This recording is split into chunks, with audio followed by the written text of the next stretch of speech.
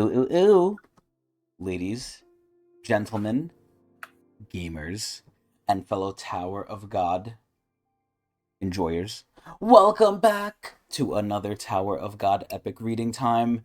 This time, as we've done not too recently at this point, but a little recently in the grand scope of things, we are here today, not on a weekend, which was the norm, not on the weekday of Thursday, which was the new norm, but even newer now, a whole special edition, super amazing, cool time, Tuesday. So either way, it is a Tuesday. We had the hankering and the pankering for Tog today, so here we are. It is I, as well, the Traveler, not to be confused with the other Traveler that actually goes up the tower and is useless as shit, the Traveler of the Tower Story, Chris Allen. And with me, on the sidelines, always with his watchful eye and his not-so-straight hairline, the Hairline! Yep, that's me. So, the Hairline. It's been less than a week now, so we might be a little bit more fresh on the uptake, but I need you to remind me. What happened last time on Tower of God Zed? All right, so let me see what I can do here.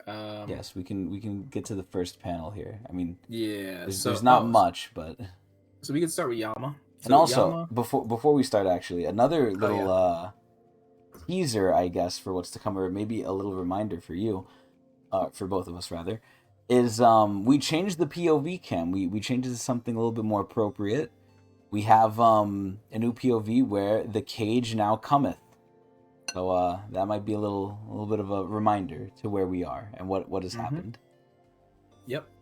So we have Yama being Yes. controlled by Yasuracha. Yes. Which is pretty spooky to He's think a cat. because we heard from Doom that he's supposed to be run on site, and now I think we know the reason why. Oh.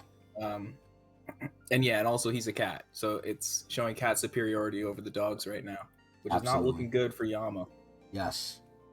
But while he was getting beaten up, the cage cometh and was sent in by your boy KALLAVAN and his trusty sidekick, the Pixie, Soho, the guide, the Pixie guide, the Pixie Fairy, using their combined power, teleportation jutsu, and they were able to teleport the entire thing, the entire cage. Which I talked about earlier might be an issue considering Yasuracha can control them, but big issue there. So we have some sort of control over that. Wait, I have a question here. So obviously this is gonna get resolved pretty easily based on this answer, but Doom didn't know. So Doom was okay with them bringing the cage here, because obviously he didn't fight back, right? Like he wants to help Bomb, right. But Doom doesn't know Yasuracha's here. I don't think anyone knew Yasuracha was here, even KALLAVAN. Wow, so they just knew, like, okay, Jihad's forces might be here, but they don't know who. Yeah, and I'd like to point something out. Yasuracha said in the last chapter, "Oh, this is why Jihad sent me here." You know, so Jihad knew. Jihad might be playing 4D chess here, being like, "Oh, I already know that KALLAVAN's plan is to send in the canines, so I'm gonna bring the canine counter, Yasuracha, of the 5th Division, to deal with this shit." Which, I mean, do you remember that? Barring, yeah, I was just thinking about that. This is the power of the guides. But anyways, this is the nice thing about rereading things, that you catch certain things that you did not catch on the first read through, and that's like kind of what I'm getting at here. Yes. Which I probably didn't notice. So yeah, so he's a huge counter to them. Of course, we have something to deal with it, we have Doom and stuff like that. So how much of Jihad's plan he accounted for, we don't really know. We don't really know if he accounted for everyone showing up. Well, and I guess we're going to find out, like, how much of a counter this is with someone like Doom being present and Yama. Well, that's true, but I think in a similar sense, ironically enough, right? This is where I'm going to go and shift this from KALLAVAN.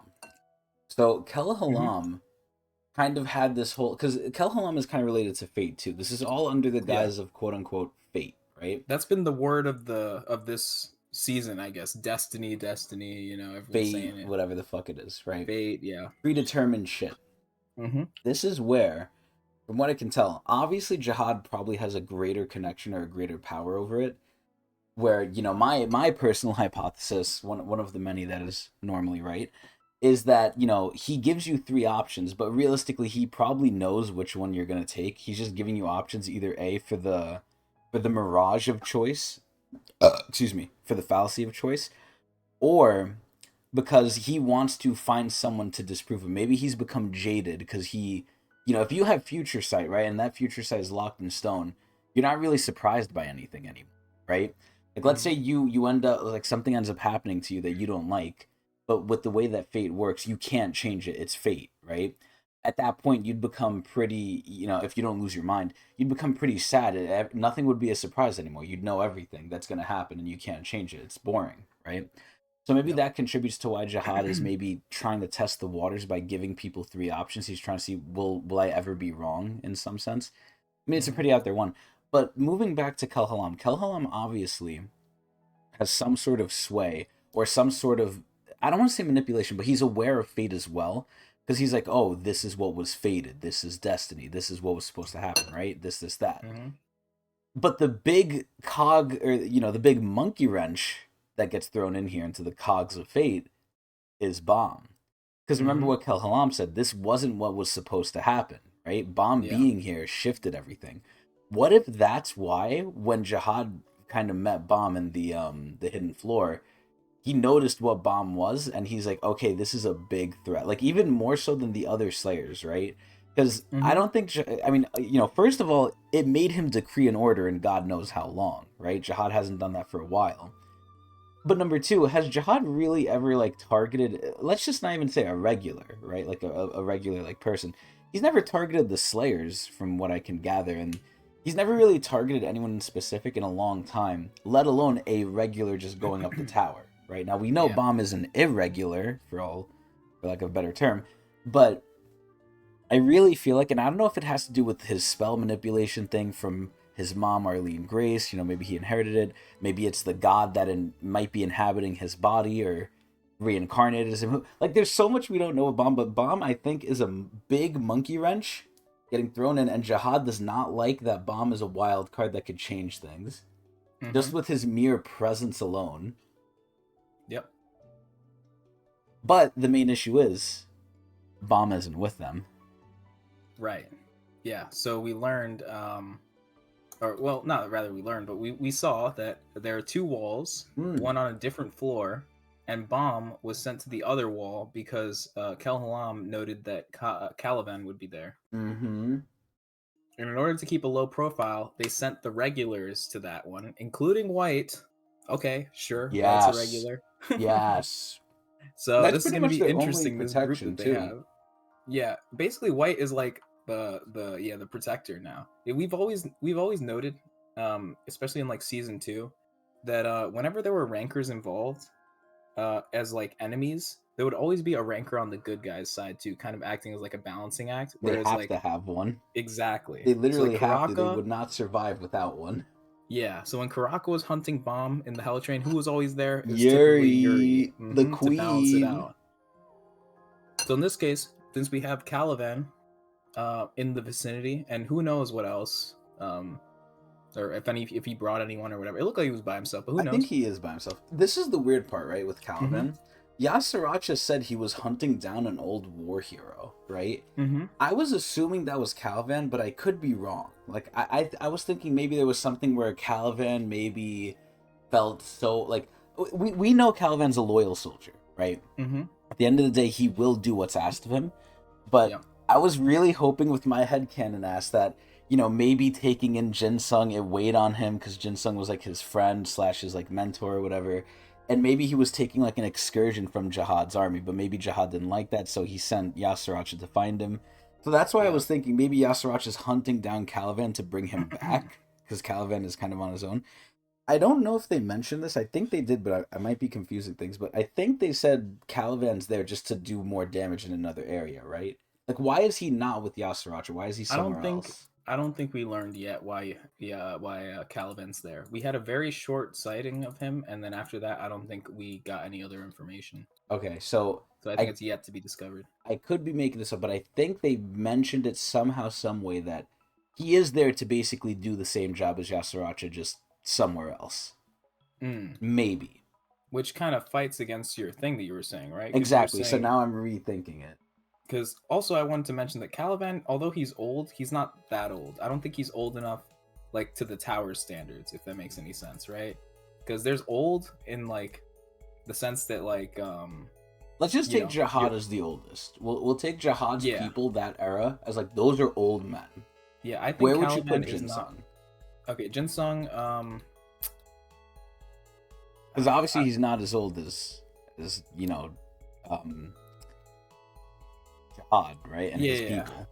Look, I'll just keep things to Calavan, and I'll say that Calavan is definitely not older than Jinsung. Okay. I think that's pretty confirmed there, especially considering that Jinsung was taking him in as a pupil when they initially met. So Okay. to say that Calavan is an old hero, I don't think, or an old, what was it, old War hero, hero. or war hero? I don't I think think that's that's what pretty accurate. Yasuracha said.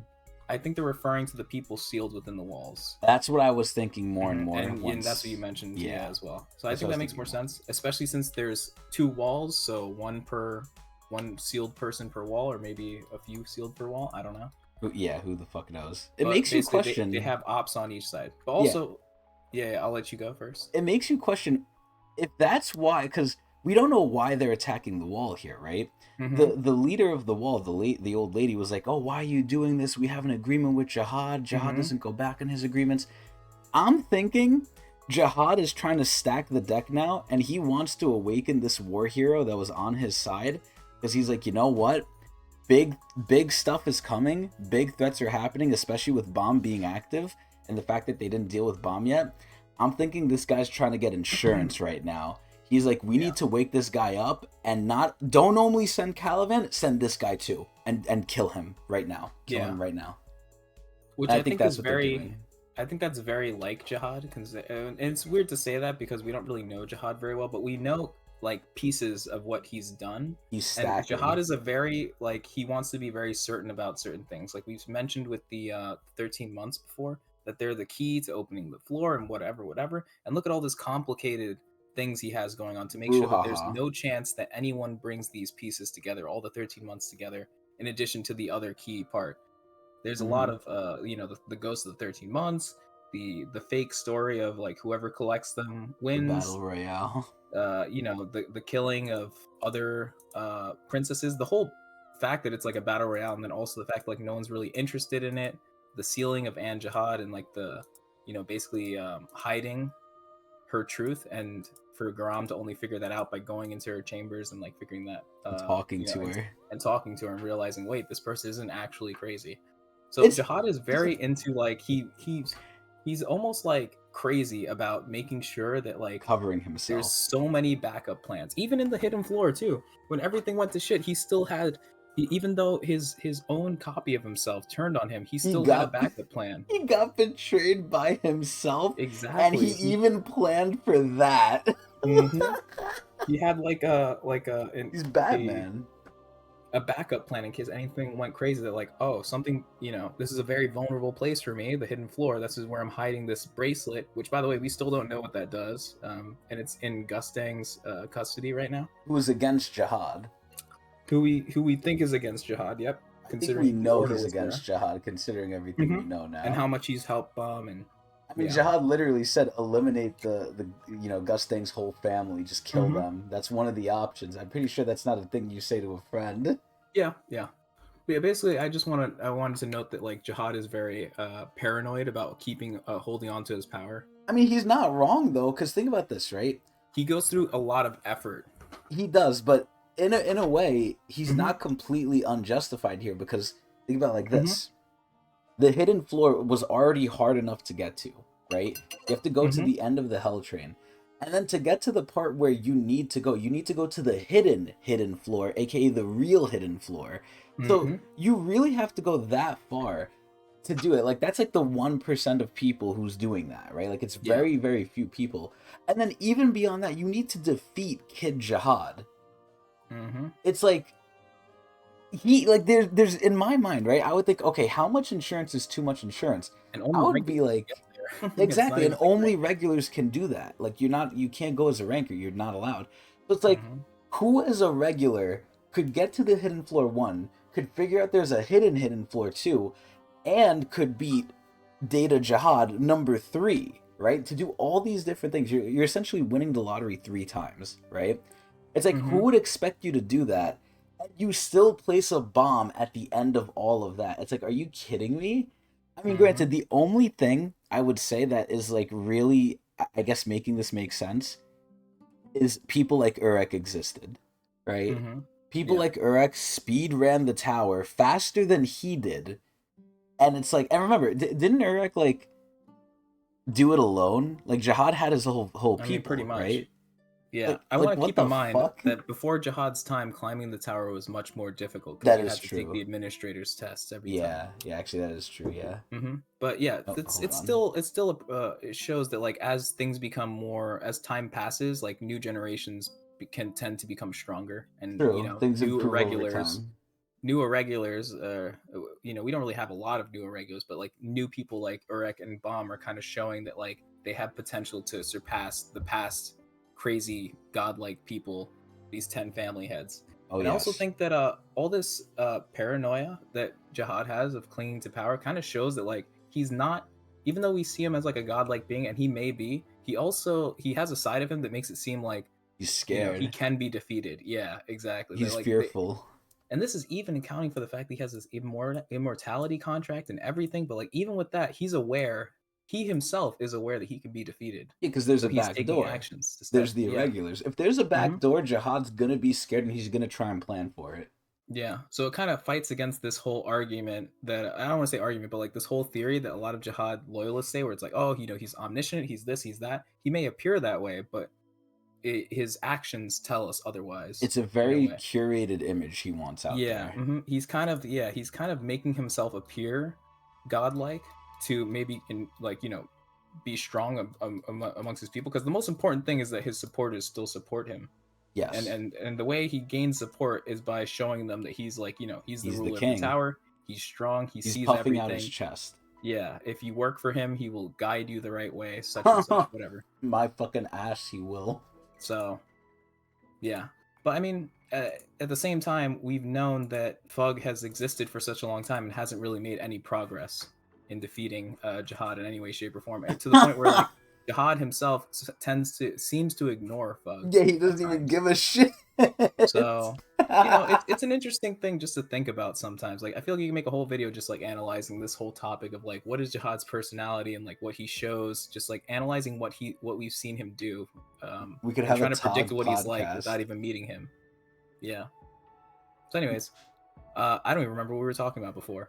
We were doing recap, Uh, but before we go back into that, mhm, um, a little bit of a thought that I just thought of, right? Jihad, I feel like has a lot of regrets, right? I don't think he'll say it, and I mhm, obviously I'm speaking on my ass here, but I feel like based on what we saw with Data Jihad, right? Data Jihad heard kind of how Jihad was on the outside, right? He's like, okay, it's not like he was unaware of what was happening. He knew how mhm, things ended out. He knew kind of what happened, obviously within reason. And when Bomb kind of convinced him when he used Bomb no Jutsu, right? It was like, mhm, oh, I want you to go help my like older self, right? Like the younger self saw the older self. I don't want to say as a failure, but as something that wasn't right. And I think, and this goes back to my big Hail Mary theory of somehow, some way, Jihad is related to Rachel. Because mhm, the whole question is, we saw this with Jada Jihad, right? Why does he want to be king? I think Jihad wants certain things. Everyone wants certain things just at their core. I think there's just wants that we just have, right? We have dreams. Now, sometimes those are implanted in us, sometimes we just have them. It depends. I think Jihad wanted to be a king. He had a certain view of how he wants to be king. He probably had to sacrifice things to have that view or to live in the view he had. And I think at a certain point it becomes like you're in too deep to kind of like go back. It's sort of like what Rachel does, right? Rachel, now, obviously, I don't know a lot of context here. I don't know if SAU's even given it to us yet where you're at, but mhm, we know Rachel wants to climb the tower. Why? It's not like she needed to climb the tower without Bomb. Having Bomb would have helped her. that's why I have the alternate theory, like, oh, maybe Rachel like wants to save Bomb in some sort of way. Because I'm always sticking to this one sentence she said, right? She said, "I wish you just waited in that hole," right? Well, around there, I don't know that's probably not verbatim what she said, but she basically said like she wasn't gonna forget about him. She was gonna come back to him, right? Like she wasn't gonna abandon him permanently, but she needed to do this thing. I think she knows about Destiny too. She knows either from Arlene Grace or whoever the fuck it is that went outside the tower and possibly met her that Bomb is destined for something, obviously. She probably didn't like that, either for her own greedy reasons, maybe she wanted to be main character, or she wanted to protect Bomb. I don't know which one that is, and that really will define what character she is. But at the end of the day, her and Jihad both want things that don't fully make sense to us, and I think as a parallel to themselves, they've went too far into it to where I think I don't know in reality if this is the case, but they feel like they can't go back. I feel like Jihad right now has brainwashed himself and he's like, I'm the king, I've done this already, I have to keep doing it. This is just what being the king is. Where it's like Data Jihad was like, no, like this is wrong. Like you need to get him to be adventurous again, the Bomb. And Rachel's kind of the same way. No matter what she does, she wants to climb that tower, right? She will suck wiener to get up the tower. If you tell her like you will be my slave, but I'm going up there, she's gonna be your slave. She's gonna say yes. She might backstab you, but she's gonna say yes, right? Unless if it's Bomb. Unless if it's Bomb, it's like what the fuck, right? If you like this bothers me so much. If you just asked Bomb like, "Hey Bomb, can we please go up the tower?" Bomb would fucking kill people for you. He might not like it, but he would have definitely done it back then. Yeah. Now he's on his, like he's more of his own self, which is great, but it's like this shit doesn't make sense. But I think Rachel and Jihad are very similar, at least in that aspect, which is making me think they're related in some way. Maybe it's Jihad's mom, maybe it's gender bent Jihad from the future who turns into a woman and gets isekai'd. Who knows? Who knows?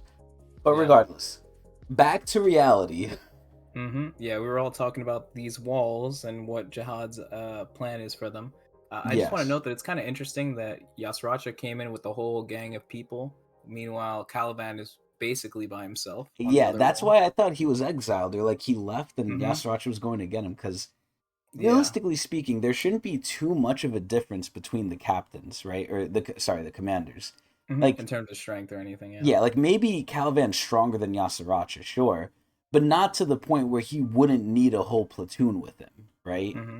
Like, there's no way. But you know, it is Calivan. He is special, but who knows? Yeah, I'm guessing. Like it just seems like Calivan's mission seems more of like a stealth mission, whereas like Yasracha is more of an offense. Yeah, he's a nuke. He's like a secret nuke that's going in. Yep. Maybe it's a distraction what Yasaracha is doing. Maybe he's like, oh, I'm coming in here, so you could sneak in and just get them from behind or something. Yeah, two birds, one stone. Yeah. Yeah. But yeah. Anyways, so that's happening. So Bomb is on the Calivan wall, and then we have all the K9 people and Yasaracha at the first wall. Yes. So all the big players are at this first wall, and then we have the regulars at the other wall, including White. And I think that's. Is there anything else that really went on? We didn't get to see them after they transported, so I think that's pretty much where we left off, unless I'm missing something. I think it's right here on the screen. We just have Yama being hyped up because he was losing to Yasracha, and he gets embarrassed that all the K9 people are there cheering for him while he's losing. So, but he is also happy. About to get an anime power moment. Yeah, he's happy that they're cheering him on, even though he calls himself like a loner and yada yada. But it's like all of his cultivation of the K9 people kind of comes to it kind of bears fruit in that like all these people care about him now. So he never wanted to be the leader, man. He never wanted this. That's just the big thing. Like he had to do this because he loves his people, but he didn't want to do this. Yep. Which I think is very cool. But either way, they're all there for him. Yes, finally. The children take care of the parent. But yeah, I think that's pretty much it. Like we should just get into it. We're missing some stuff as always. We'll never recap 100%, but that's fine. Either way, chapter 37. Here we go. So in Yama's POV, unlike my brother, I've always been lonely. And then we see, obviously, Soho and Kelhalam's thing is transporting everyone. I've got to get stronger. Ooh, we see him punching to protect the clan. I can't share my power like my brother. I'm just a selfish bastard who can't share anything. That's right. I'm Lord Yama! And here's everyone coming in, helping him. He's literally just floating there because he punched himself, like, half to death. All alone. We came to help you! All alone. The canine people? Or am I? Lord Yama! Yo, Jordan is so cool, man. Lord Yama, you bastards. Ugh, making me look bad. Is it just me? Oh god, this is Yasuracha here. Is it just me? Or do I smell dog shit? That's a really mean thing to say, man. Like, he's basically implying they're unhygienic. That's very fucking mean. Oh my god, look at him. He almost looks like Naruto here with the little whiskers. Look at that. A whole pack of them. Now I see. Lord Jihad saw this coming. It's like you said, Adrian! That's why he sent me here. He's I think just we saw that in the last laughing. episode. I forgot, honestly. Yeah. Slave in Utero, Tower of God. The Wall of Peaceful Coexistence, which is not going to be peaceful for much longer. Part 5! Lord Kelhalam! Lord Kelhalam, you're finally here! Rahim. I was wondering why you sent that canine person all by himself. Lord Yama! Lord Yama, are you okay? Dude, I love how Evan Kell's just standing there. She's probably like, what am I even doing here? Like, she's so, like, I don't want to say out of place, but it's like, she probably feels like, whatever, like she's just kind of chilling. Just here to fight. Yeah, that's all she cares about. Kanzon, what's going on? What are you and the Elder doing here? Is Doom controlling you? I mean, even if he was, is he gonna tell him that? Like, bruh, are you gonna tell me you're being brainwashed if you're being brainwashed? No. No, sir. We decided to team up with them to help you. What? You teamed up with them? That's right. But why are you lying there like that, sir? Did someone dare lay their hands on you? What? What do you mean, Lord Kanzon? Lord, yeah. Oh, wait, fuck. Who the fuck is this talking? Oh, it's That probably could be Jordan. Yeah, it's probably Yeah. Jordan. Lord Yama must just be taking a little rest for a minute. You know what's crazy? Jordan really reminds me of the Tog fans who are really hoping the anime is going to be good, man. It's like they're presented with very, very obvious evidence, and they're just like saying like, nah, that can't be the case. Like, it's like Yama's bloodied. He's like, you know, kind of not falling down because he's floating, but he's kind of like fucked up. Oh, nah, he's just resting, nah. You know, the fucking anime gets like a new opening thing in the title screen with Bandai Namco. Oh, it's perfect. It's finally gonna be good. It's like, no, we know what it is. Like, look at his face here. Like, what the fuck? But Jordan, it looks like he lost the fight. No way. Lord Yama probably just took a nap. I bet he beat himself up like that just to wake himself up. Like, look at this cope. Holy shit. Stop it. You're embarrassing me. Although I did beat myself up. Yeah, you're probably right. See, and that's the other fans. Like, the fans are gaslighting each other. This is, yo, Jordan and fucking Kanzon are the Tog anime fans, bruh. Lord Yama, you shouldn't just lie down and sleep here like that. He's right, Lord Yama. Get up, sir. You can do it, sir. Oh, God. Just go away. Oh, shit, and here's Doom. So I forgot to say this in the beginning because we did, like, the fucking hour-long intro. Exaggeration, obviously, but... I really hope throughout this, like, new battle now, like, you know, with the Yasuracha that's brewing, I really hope, like, Yama... You know, fuck Paul, but Yama and Doom can, like, mend their relationship, man. I hope, like, they're gonna be cool now after this. Is that who I think it is? Is it really him? Long time no see, Doom. I heard you were locked up. Did you just wake up? You look a bit tamer than before. Yeah, he's fucking missing, like, his arm, which is quote-unquote his fang. Oh, no. He knows me? It must be him. Yasuracha. Damn it. He's working for Jihad's army? Oh, crap. Oh, no, why is Doom saying this? So, me and Adrian's big assumption here was, was that maybe Doom can like fight off Yasracha's like mind control. Like maybe they're equal. Maybe they could play like a tug of war with it. But another option is that Yasracha is like Doom's elder. So it's like he probably has more of a mind controlled thing than Doom does because it goes by seniority maybe, which is very scary. And even if that's not the case, even if they are equal, they're definitely not equal anymore because obviously Doom was locked up and he lost most of his power with the Fang, I guess. But either way, you know, it would be cool if midway through the fight they're like, you know what, Doom, here's your Fang back, and they just give it to him so he can like fight again. Watch out! Oh god, look at the head. Oh, oh no. Oh, that's Doom. I thought he was controlling him for a second. I was like, oh, he's gonna make him like blow up the place. What's wrong, Doom? We need to get our guys out of here, as far away from him as possible. So yeah, it's like you said. Doom is realizing like, wait, we just brought him like live ammunition. Oh my god, look at him. He looks so fucking cool. It's too late. Oh my god, he's like glowing. What is he doing? Oh my god, is that like his tendrils now? Is he getting out his cat tendrils? Huh? What's going on? Huh? Crap. He's got us. We're so screwed. I don't even have my fang. See, they gotta get him his fang, man. They gotta get him his fang. Oh no, it happened instantly. Kalhalam! Did you set us up? What? What do you mean, Doom? Damn it!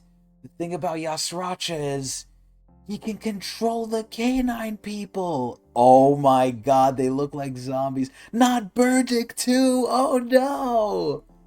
Now Kuhn's without his defender. Although I don't even think Kuhn is here. Kuhn won with Bomb, right? Yeah. Okay, All the so regulars went with Bomb. he's not even here. Also, her fucking ears are long. Holy shit. Dude, this is like some like psycho shit. All the allies now they're turned. I mean, realistically speaking, for Doom and for Yama, this should realistically mean nothing danger-wise, because I don't think these people can even hurt them. However, they're still their people, and it's probably going to be an emotional torment. They can't fight them back, yeah. Yeah, they don't want to hurt their own people. Not that they pose a threat to them, but still. Excuse me. Oh no, what is Kanzan doing? What? Oh my god, he tried to shoot fucking Karaka, I think. Oh my god. Kanzan just attacked. Stop it, Kanzan. Same with Jordan. There's something wrong with the canine people. Damn it. What the hell is going on here? Something doesn't seem right. Did someone know I would lead the canine people here? So they brought him here? Did they see all of my predictions? Oh my god, the eyes! Crap. What a disaster. The canine people are being mind controlled. Is he the one doing it? Yo, look at the giant cat. That thing looks so crazy. Oh my god. Dude, there's so many times where Yasracha looks so creepy, man. He looks like a horror villain almost. Like, look at this shit. Oh my god. Oh no, but look who's getting involved now. Now she wants in. Rare orb. Oh shit, but he's not phased. He doesn't care. Flame. So I'm really curious, man. Like, obviously we saw Evan Kell kind of fighting KALLAVAN at one point or another. But I feel like at that point, oh my god, at that point it was more like she couldn't really do much because of AoE, right? She didn't want to hurt anyone. I feel like she's always fucking nerfed for that reason. Like, she can't go all out. It's like an Escanor thing. It's like, oh, if your teammates are nearby, you have to like restrict yourself. Also potentially for the administrators as well. But man, I just really wish I could see Evan Kell go crazy. Like, look at him, he's trying to stop it. I'm curious. You blocked my attack. If I can just get rid of you, I have a feeling the canine people will go back to normal. True, but are you sure you can get rid of me? He's so confident! So I have a question here, Adrian. Does Yasracha know who Evan Kell is? I don't know. I don't think... Maybe not. Okay. I can't really confirm or deny from what I've seen so far. Okay. So, do you think that... And this is more of a question relating to Evan Kell, I guess. Would Evan Kell really care? Like, is she one to save innocence? Because remember when we saw her, right? When we first saw how she and Han Sung met? She was literally just Mm-hmm. killing people. Like, she was just straight up Yeah. murking people. She was kind of really fucked up. She, I think, in my mind, wants a good fight. Is she willing to, like, sacrifice people or, like, not care about people to get what she wants with I the think she fighting? used to be like that, but I don't think she's like that anymore. Okay. You think Hansung had a role in that? Yeah, and potentially Bomb as well. Okay. I mean, of course, Bomb is always, like, the side of good. But either way, so we see the orb. I'm pretty sure. Yo, I love her confidence, bro. She's so crazy. I'm pretty sure. You're quite aggressive, I'll give you that. But your flame lacks the dignity of the Yeon family. Dignity? Just cut the bullshit. Oh my god! So he knows. So I remember we mentioned this before, but there's two flames they said for the Yeon family. There's the healing one, which is the one that Mm-hmm. Kun has right now. And then there's the destructive one, which is kind of Mm-hmm. what Yiwa has as well as Evankel. We didn't get a confirmation, right, if Evankel is Yeon or not, right? Yeah, she shouldn't be. I don't think she is. Okay, because the flame comes from the ancient. Mm-hmm. Yeah, Okay. which is where So the Eons get their flame. So her flame is, somewhat or from the should be related to source. the Eons. Mm-hmm. Okay. How So much so we don't know. then the main question is, what is the whole Yeon gimmick then? Because obviously they got the flame from the ancient, Mm-hmm. but aside from that, because that's not them, that's the ancient's power, technically. Yeah. What else does Yeon have then? I don't know. I mean, they're 10 families, so they're strong, I guess. We don't really know that many Eon family people. Because every family has their own sort of gimmick, right? Now, unless they all got it from like the ancients, right? Maybe the Lopobias got anima stuff from the ancients. Who knows, right? We don't know. But they all have their own sort of gimmick that I'm assuming is theirs, right? Yeah. Lopobia is anima. Kun is obviously like lightning slash ice, whichever one they feel like giving them. Ha is, I guess, just their what was it that Jin Sung said? Not their Martial durability, arts. yeah, their martial arts prowess, which seems kind of boring relating to all the other ones, like if you compare it. But Mm-hmm. I guess Yan Um, yeah, doesn't have one, or I guess so. I mean, yeah, what Evankel's flame basically is the Eon flame. She mentioned when she was talking about the two types of flames that her flame is the destroying flame. That's why she was able to destroy Kalhalam's spell with the teleportation thing where they were looped in a circle. She it was just able to burn destroys it. everything. Yeah, it destroys everything. Wow. Okay, interesting. But that's not a Ten Families thing. That's an ancient thing. That's an ancient thing, yeah. Wow. So the whole Yeons are just using the ancient shit. As far as we know, They're just that's passing pretty it much it. down. Yeah. Wow. Fuck. Could be Yo, retcon. I don't know. that could be true, but yo, they're just a bunch of phonies right now. Yo, you They're know what? That might be phonies. one of the title. We're gonna have two potential titles here. Number one, um, fucking Jordan and Kanzon are anime copers. I probably misspelled that so badly, but whatever. And then number two, the Yeon family are frauds slash phonies. Okay. Those might be the potential titles, but either way, let's keep going. Okay, come on and face that now. Oh shit, what are they doing? What is he doing? Oh no! He's sending in Kanzon! Oh my god. And he's showing his grippers. You bastard! What do you think you're doing? Watch out, Kanzon! Kanzon! Listen, if you set this guy on fire, I'll fight you myself. Oh my god, yo, look at the cat's eyes. Holy shit. Bro, this is so fucked up. And also, look at how creepy he looks. Oh my god. He's saying if you sat like he basically wants like a ticket. Like if you use Kanzon as the ticket, then he'll fight you. Yeah, that's just to fight him. Doesn't even mean that you'll win or anything like that. Or he'll go easy. Yeah, now I'm kind of questioning, right? Because with Doom, we didn't know this at first, but we obviously learned it over time. Doom does hold to his word.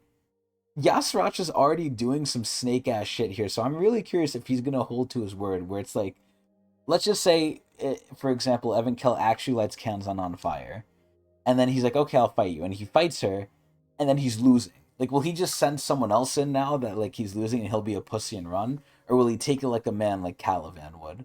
I feel Who like KALLAVAN would knows? just take it. Yeah, Calavan would, but I don't think Yasracha would, based off what we've seen so far. Yeah, he seems a little ratty, which I don't Mm-hmm. like. Or can you? Ugh, little son of a bitch. How disappointing. I was really looking forward to seeing that burn. What a nut job. That's enough. Oh shit! Oh shit, I thought that was Yasuracha's thing, but no. He's angry. Yo, this is probably the worst thing you could do to him, too. Like, you're using his people in front of him, which was the main thing he betrayed. Well, not really betrayed, but he, like, fought his brother for. Like, if he's willing to fight his brother to save the people from mind control, the fact that Yasuracha's doing it, he insta went into Giga mode, into Super Saiyajin mode right here. But this Mm-hmm. is actually not potentially a good thing, though, because if Yasuracha can mind control him, and now he's in his most powerful form, I don't think this bodes well. Yeah. Oh shit, unless it makes him immune. It could make him immune. This panel is beautiful, by the way. I love seeing Yasuracha's face here. Oh god, even the cat is scared. The cat's like, oh shit! Stop messing around. If you really want the canine people, you'll have to get past me first. Yo, Big Papa Yama, man. That could be another title right there. Big Papa Yama. Either way, I'm their king. Yeah, he's fucking Super Saiyan 3, too. KALLAVAN side, the wall of peaceful coexistence. Oh shit, yeah, wait, is that him? Mm-hmm. When the fuck did he get this coat and hat? He wasn't wearing this before, was he?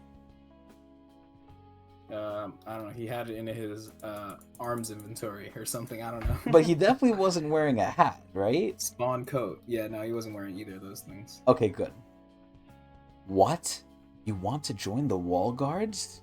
Oh, it's a That's right. disguise. Oh, so he is trying to go in like undercover. He's Mm-hmm. literally gonna nuke them from the inside. Also, is this how people normally join the wall of peaceful coexistence? They're just roaming and then they just walk here? Like, is this not Probably sus? not. Probably not. They need to have some background checks in this shit. They need to protect the border. Anyway, oh my god, look at him. Who do you think you are? You have any idea what this place is? I know. I used to be an officer in Jihad's army, but I got demoted to a regular soldier. To be completely honest, it really pisses me off. I just want a chance to fight Jihad's army. There's no way this is true. There's no way. If it's true, I'll be shocked. Excuse me. Like, imagine... You know what would be crazy, actually? Imagine Mm-hmm. if it is true. Imagine if Jihad went to KALLAVAN, or, one of his emissaries or whatever, and was like, okay, did you kill Bomb? And he's like, no. And he's like, alright, now you've upset me, now you're demoted. And then Hmm. KALLAVAN's like, oh, but I got Jinsung. He's a big guy in Fug. And then Jihad's like, I don't care. You didn't kill Bomb, I don't care. Demoted. And now what if he's pissed? This could be realistic if SIU takes a certain way. Jihad's army. Do you really think we'd accept a reject from Jihad's army? Besides, this place isn't meant for fighting. Oh shit, he's flexing. Oh no. Huh? Oh my god, and he just blew something up. I could be very useful to you. I heard this place is short on troops. Well, yeah, that's true, but you know what's crazy too? The fact that he's not saying who he was, because I guarantee you, if he said I'm KALLAVAN, like former platoon or former like whatever division commander, they would Mm-hmm. take him instantly. But the fact that he's not saying that, this is 99% fake. Big hypothesis. All right, come in. Several years earlier, after the battle at the last station, Military HQ, Central Floating Castle. Okay, so here we're gonna see one of two things. Either one, KALLAVAN actually getting demoted and getting pissed, or number two, KALLAVAN having this plan, or someone telling him the plan, for him to go undercover. Now, you know what's crazy, Adrian? More and Uh-huh. more now, what if the previous thing I said is true? The What if demotion thing? Yeah, Yasuracha true. really is after KALLAVAN here? Oh, that. What if he did Um, defect and now he's trying to get him back? well then he's definitely in the wrong place Well, how because would he that. know? Well, I guess he wouldn't know, He but knows he's at the wall, he just doesn't know where. Yeah, I mean, at this rate, I don't think Yasracha cares because he seems pretty satisfied to be messing with the canine people instead. True, but that's more of like a short-term goal. So Sure, yeah. Mm-hmm. it could still be like I'm not saying it's probable, but now it's still on the table, depending on what they're about to show us. This is I going to be wouldn't rule it out, crucial. yeah. It's going to be crucial right here. An oath tied to his left arm and demoted to a regular soldier. I can't believe you got off so easily after losing the war. Losing the war? Is that what they... Wait, this might be true. Wait, what? What? Oh my god, who the fuck is that? The commander-in-chief really went easy on you. You should be grateful. Minister of National Defense, Sa the Furious? Yes, sir. Wait a minute. Okay, so it could still go both ways, but now there's higher chance now of KALLAVAN getting pissed. Mm-hmm. Stock's looking good. This still could be a big dupe, though. This could be a big, like, a big caper. Also, this thing is fucking crazy, by the way. What the fuck? His title is literally The Furious. But, and he's fucking huge. So, when they say the commander-in-chief, does that mean the princess? Most likely, yeah. And what princess was it that was leading the shit? Adori, I think? Adori Jihad. And do we know what family she's from? We don't know. Fuck. Okay. I know I failed in my capacity as a squadron commander, but I came here under the impression that there may be something I could do as a regular soldier. I would just like to thank you for giving me one more chance. That's right. There's something you need to do. Oh god, now it's looking like he's undercover, man. It's a direct order from the commander-in-chief. But you're not the only one carrying out this operation. Oh my god, he's evil still. I thought he was gonna grow a sack of nuts, man. But KALLAVAN's still a loyal dog, which I do respect to a certain extent. I haven't been here in ages. You. Yasracha, commander of the 5th Squadron. KALLAVAN, I heard you got demoted from Squadron Commander. What should I call you now? Dude, it's crazy because they're literally like nerfing KALLAVAN too. They're chaining his one arm. Like what? Mm-hmm. You can just call me KALLAVAN, sir. All right. You don't need to be so formal. You'll be back to your old post eventually, right? Dude, I like that, dude. Oh my god. It's scenes like this that really get me stiff in the jimmies, man. I love seeing interaction, especially from the opposite side.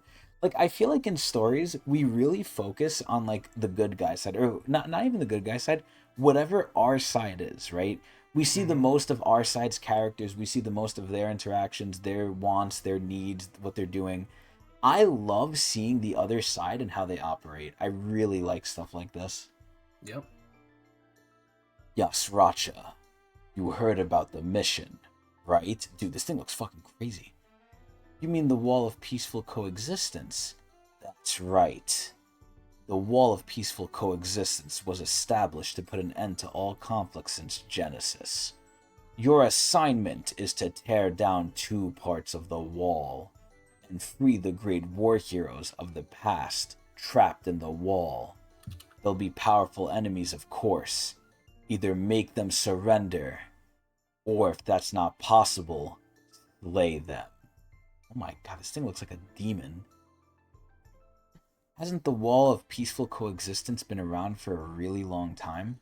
Why are we attacking it all of a sudden? I really hope they tell him, like, you're not allowed to speak, soldier, because he's demoted. Because the age of peaceful coexistence is coming to an end. Excuse me. As you both know, there's been a great deal of tension between the 10 family leaders lately. Oh my god, I fucking love this lore. The Ha family is upset about how Yuri Ha was treated. Huh? How she was treated? Remember how we've talked about how Yuri is like the favorite? Wait. This doesn't make any sense. They arrested her because she was literally helping a fugitive. Mm-hmm. And they were nice about it. And they're upset with that. Well, we didn't see the aftermath of Oh what yeah, what no, you're happened right. to her. I I mean, but it's She just turned Yuri. herself in. It's Yuri, bro. They're not gonna touch her like too badly. There's no way. But that's I don't hilarious. Like know. the Hoff, yo, if they beat her up, I'm gonna get angry. Then I'm joining Fug at that point. But I'm already in Bug, but yeah. we'll see. But yo, this shit. Oh my god, man, this shit is so good. The Po Badao family directly implied a rupture in their ties with us. The commander-in-chief said there's going to be a massive rupture and war soon. Alright, so let me ask you a question, Adrian. So obviously you have to be careful how you answer this, but I'm going to ask you a couple things here. Number one. What the fuck was the commander-in-chief's name? What was the princess? Dory job? Dory, yeah. How... Okay. Between, like, family heads, right? Who do you say is above, like, in terms of Jihad's viewing? Not necessarily strength, but in terms of who Jihad trusts. Is it family heads or is it a Dory? Probably a Dory. Okay. So, next question. If the Po Badao family defected, right? If they're like, okay, we're fighting Jihad, assuming nothing else, assuming just them in a bubble, they don't really have a shot, right? Like, would Jihad really be concerned or no? They're just the Po Badao and your Ha family? No, not even Ha, just Po Badao. Just Po Badao? Yes, but it also leads to a lot of destabilization because they created the 10 great families. Like the whole system is with the premise that it's like, oh, this is the 10 great families. So to just remove one after so long of like them being a thing. Well, I'm talking about direct threat. Like obviously so over time they can erode. Yeah, in terms of strength. In terms of like time and stuff, they could erode the system. They could like do research and stuff. But at the current moment, if they fought Jihad, like just they walked to him, all their forces that they could muster, and they fought him. It's not for concern, right? They'd lose. Yeah, they'd lose easily. Yeah. How many family heads or how many families would have to turn? Do you think personally? Would have to turn on Jihad at once for him to be like, oh shit? Definitely most of them. Really? It depends on which ones too, because there are certain families that are more heavily invested in Jihad's army than aren't. Like for example, Lo Povia family is very heavily invested in Jihad, or like I guess you could say they're loyalists or whatever. So having them turn would be a huge hit to Jihad because not only is it a family head turning against you, but it's also everyone who worked under you previously. So not only are you turning people against them, but you're also taking people away from what your army was. Wow. If that makes any sense. Okay. So that would be huge. But like something like the Po Badao family flipping, I don't think the Po Badao is very involved to begin with. Well, they're smart though. Like if you give them time, they could think of something. But oh yeah. But I'm saying in terms of like numbers and how many people they've lost, it's almost like Jihad never really had those people to begin with. They just kind of existed. I think the Po Badao family is not really they're their own thing. They're not really the servitude type. Yeah, they kind of do their own thing. Like obviously, like when times were at peace and there wasn't really anything going on, they listened to Jihad, sure, but they never really involved themselves really with much. They're kind of like the nerds, but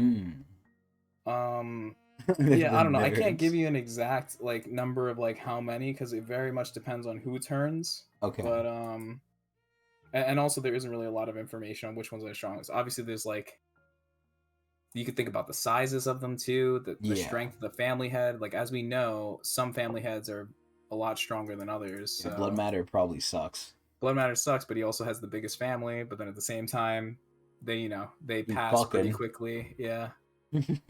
So I don't know. It is a hard question. I can't really answer it. I don't.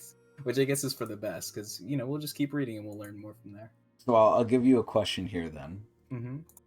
Ha, Arie, Kun, they all three turn. You think they got a shot? They have Fug helping them too. I still don't think they win. That's crazy. Okay, wow. That is wild. But it's looking better, but yeah, I don't think they win. So you think they're still stacked against them. Wow. Yeah. That's cool as shit. Okay. I like that. That means like they really got some shit going on. Holy fuck. Because people like KALLAVAN are extremely strong, right? And he's not related to any family. Yeah. Okay. So there are some wild cards there. Cool. Anyway. That must also have something to do with our sacred duty. The commander-in-chief believes one person is at the root of all these problems. Oh, I wonder who it might be, Adrian. I wonder who's messing with fate here. The irregular who escaped from the last station. Whoa, what a surprise! The commander-in-chief is worried that the old anti-Jihad alliance might make a comeback because of him. The irregular, huh? Dude, oh my god, look, that's KALLAVAN's mistake. That's why we have to attack the wall before they can get themselves organized. Your job is to go to the wall and either kill or subjugate the old war heroes. Yeah, this 100%, and I called this too, this 100% seems like a Jihad thing. Like, hey, we need insurance. Because not only is Jihad thinking like, okay, what if like, you know, like what if we can use them, right? He's not even thinking if we could use them. He's thinking, what if they rise up against me again? Which means there must be some pretty strong people there. I swear to God right now, if one of them wakes up and decides to train Bomb is the luckiest person I've ever seen. Anyway, make sure they never even dream of teaming up or working together again. Don't worry about peaceful coexistence. The 25th bomb. That fantasy is going to be shattered soon anyway. We have to prepare for an even greater war. So how long has it been since war hit the tower? Pretty long. Okay. But it's not the first time it's happened. Okay. As long as Jin Sung Ha is trapped, that boy will do whatever it takes to get stronger and find me. Oh god, what is that throbbing? Oh, that's probably his scar that he has from Bomb. To be honest, the present. I'm actually excited to see how much he's grown. Oh my god, he's crazy like Evan Kell. Alright, I'm going in. The area near the wall. An unnamed cave. Oh shit, it's the little fucking thing! Oh my god, do you remember the name of this thing? No, I forget. Fuck! It's the fucking little dog thing, man! Wait, so whose is that? That's KALLAVAN's, right? It's KALLAVAN's, yeah. Okay. Okay. It's some sort of ancient being. This thing is some sort of ancient being. Yeah. It's from KALLAVAN's time. This shit is so cute, bro. So, I forgot what the anime is called. I think it's called the Triple X Holic. But obviously there's an anime, like I just mentioned, called Triple X Holic, where there's a very similar thing that happens in it, I think. I haven't seen it in years, and I never finished it. I think I only watched like 2 episodes of it. But in that anime, they have these things called mokanas, right? And it kind of looks similar to this thing, too. There's a black mokana and a white mokana. And one of the powers is that you can, like, go through them, and whatever, like, you put into one can come out from the other side. It's literally, like, the exact same as this thing. Yeah, that's what they do. Yeah, they're, like, connected, the black and white mokana. Oh my god, look! It's turning on! It's activating! Oh god, it, like, got an attention. Wait, why is it growling? Oh god, what's happening? Oh no, it's about to spit up. Oh no, I wonder if it's painful. Oh my god, it's just spitting up an entire ship. Like, it has to enlarge to do that. Oh my god, you see like all its spit everywhere and everything. This thing was just chilling in a random cave, and then it just spits one up. Anyway, whose ship is this? Let's see. Oh, it's the fucking bomb squad. Dude, look at White! Where's his crown? Where's his little crown? And look at the dong blade. Yo, the dong blade actually looks really fucking cool. Holy shit. I almost thought that was like a Yuri theme thing, because it looks like it has roses, but it's not roses, it's just like a rope. But that looks so cool. Oh my god, man. We're gonna see some crazy ass shit, Adrian! Yeah. So, this is where KALLAVAN is. Oh my god! Realistically speaking, right? I mean, Kun has like the Yeon Flame of Restoration. You know, Restoration version. Rack has the Spear of the Ancients. Hots has the Dong Blade, White is White. And Bomb has everything. Yeah. They're like, I don't even know. Who do you think is the weakest one here? You think it's Kun? Probably Shibisu. Shibisu's not here. Oh, he Shibisu is. is here. Yeah, he's in the corner there. Oh shit. Okay, excluding him, he can't do anything. Of the Excluding fighters, him. yeah, excluding Shibisu, it has to be between like Kun, Hots, and Rack. Yeah, I'd say Hots. I think it's Kun personally. Actually, yeah, maybe Kun then Hots or Hots then Kun. Yeah. Because Kun is more of a supportive type now, even though he got like Yeah. a little bit of like offense in Hidden Floor, especially with his Mhm. papa. He really like got frozen and couldn't really do anything with it. Like, Yeah, I will say though, Kun is a very big asset in terms of support though. Like he can do a lot as a support with his fire thing. We've seen how powerful that is. They yeah, can so straight up just give people a one up. Bomb cannot die basically. Like it will be very hard to kill Bomb here I mean, now. he could probably be rezzed like once. Yeah, I don't think he can constantly do it, but well, I mean, you never know, right? You know, this is the tower. Stuff can happen. like maybe not back to back. Okay, well, maybe there's a little bit of a cooldown, sure. Like it can't happen like instantly in the fight, like 10 times. Yeah. But either way, pretty fucking cool. That's some cool ass shit. Sure is. So either way, now that we're done with the chapter, let's get to the motherfucking blog post. Oh. I love this art. Shit! Look at that. Look at Rack. Rack looks so weird with that eye. It's like what a the movie fuck? poster. You got the good guys and the bad guy. The bad guy always puts his back towards you. Yeah, it's like a cliche sort of thing, but it looks good. I like it. All right. So starting with the end notes. Yes. Master's enemy. Line is cool, but seems embarrassing to say it. Everyone who took KSAT this year, you've worked hard. I hope you get good results. Hello, this is SIU. This week's doodle in theme with the last panel is Bomb's party with KALLAVAN. This week we had the fight between Yasuracha and Yama's party continue. The Cage and the Canines made such a grand entrance last week, but this week the tables have turned. Yasuracha seems to be able to control most of the Houndborn. Only the body on Yama, but the other canines seem to be mind controlled in mass. That is a good distinction, actually. I didn't realize the fact that yeah, he couldn't control Yama. He could still think. Yeah.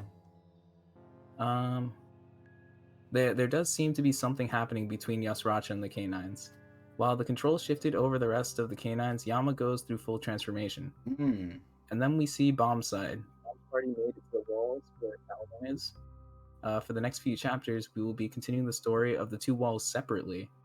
Later, when their battles merge, their battle will become massive, so the tale of brothers worries me.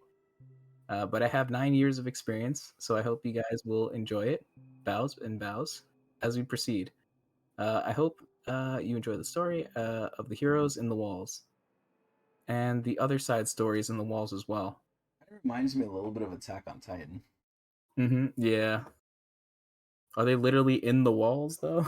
I think they are. Oh shit. Okay. I was betting, man. I'd say they are. This week's we had the KSATs. Unlike back in my days, there are many students going for early admissions programs, so some of you already know which college you're going to. But the tests are always scary. Always a scary moment. To those of you test takers who have come so far, you all did good work.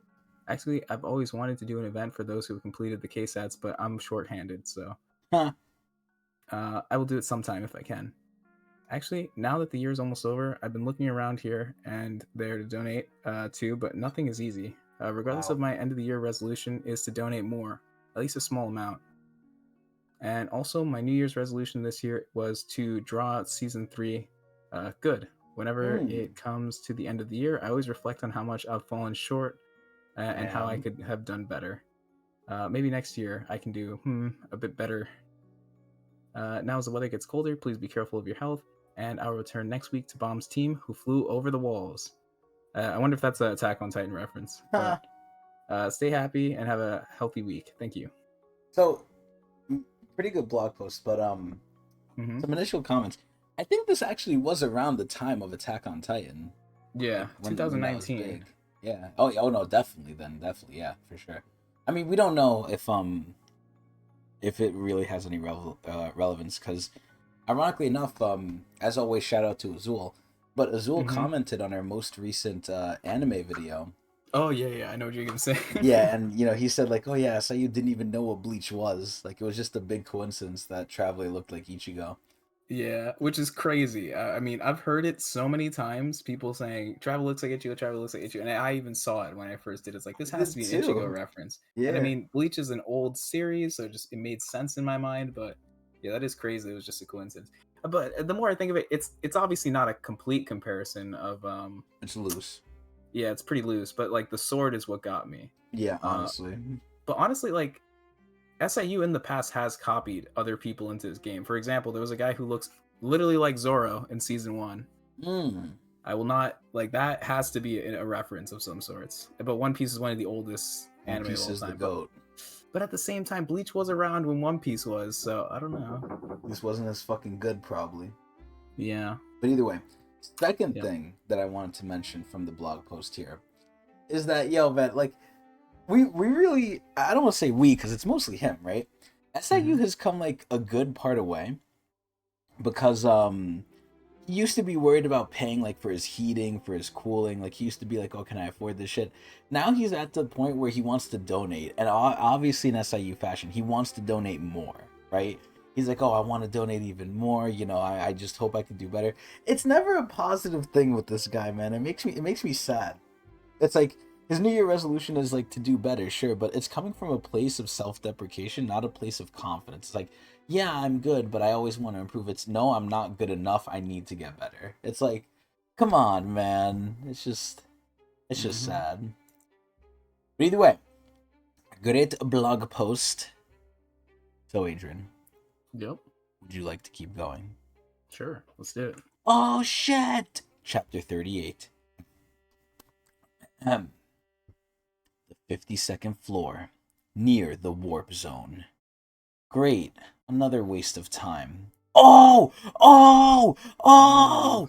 Poppy Kaiser! Poppy Kaiser! My god, she's so beautiful. Where is she on the tier list? Oh my god, it's so hard for her to be above Hots, man. It's so sad. Like, Hots is purely there because he is, like, the hard worker, man. He's, like, the combat Shibisu. Like, Shibisu definitely has the smarts. And, like, it's sad he's not higher, but it's because he's goofy. But, like, Hots is basically like Shibisu. They're both regular people. He's just combat-oriented Shibisu. But, oh my god, man. Look at her. Look at how beautiful she is. Look at her long hair. Sorry. I thought I found somewhere really similar to what I remembered of the picture. But it looks like my memories are all mixed up. Oh my god, are we about to get the ship?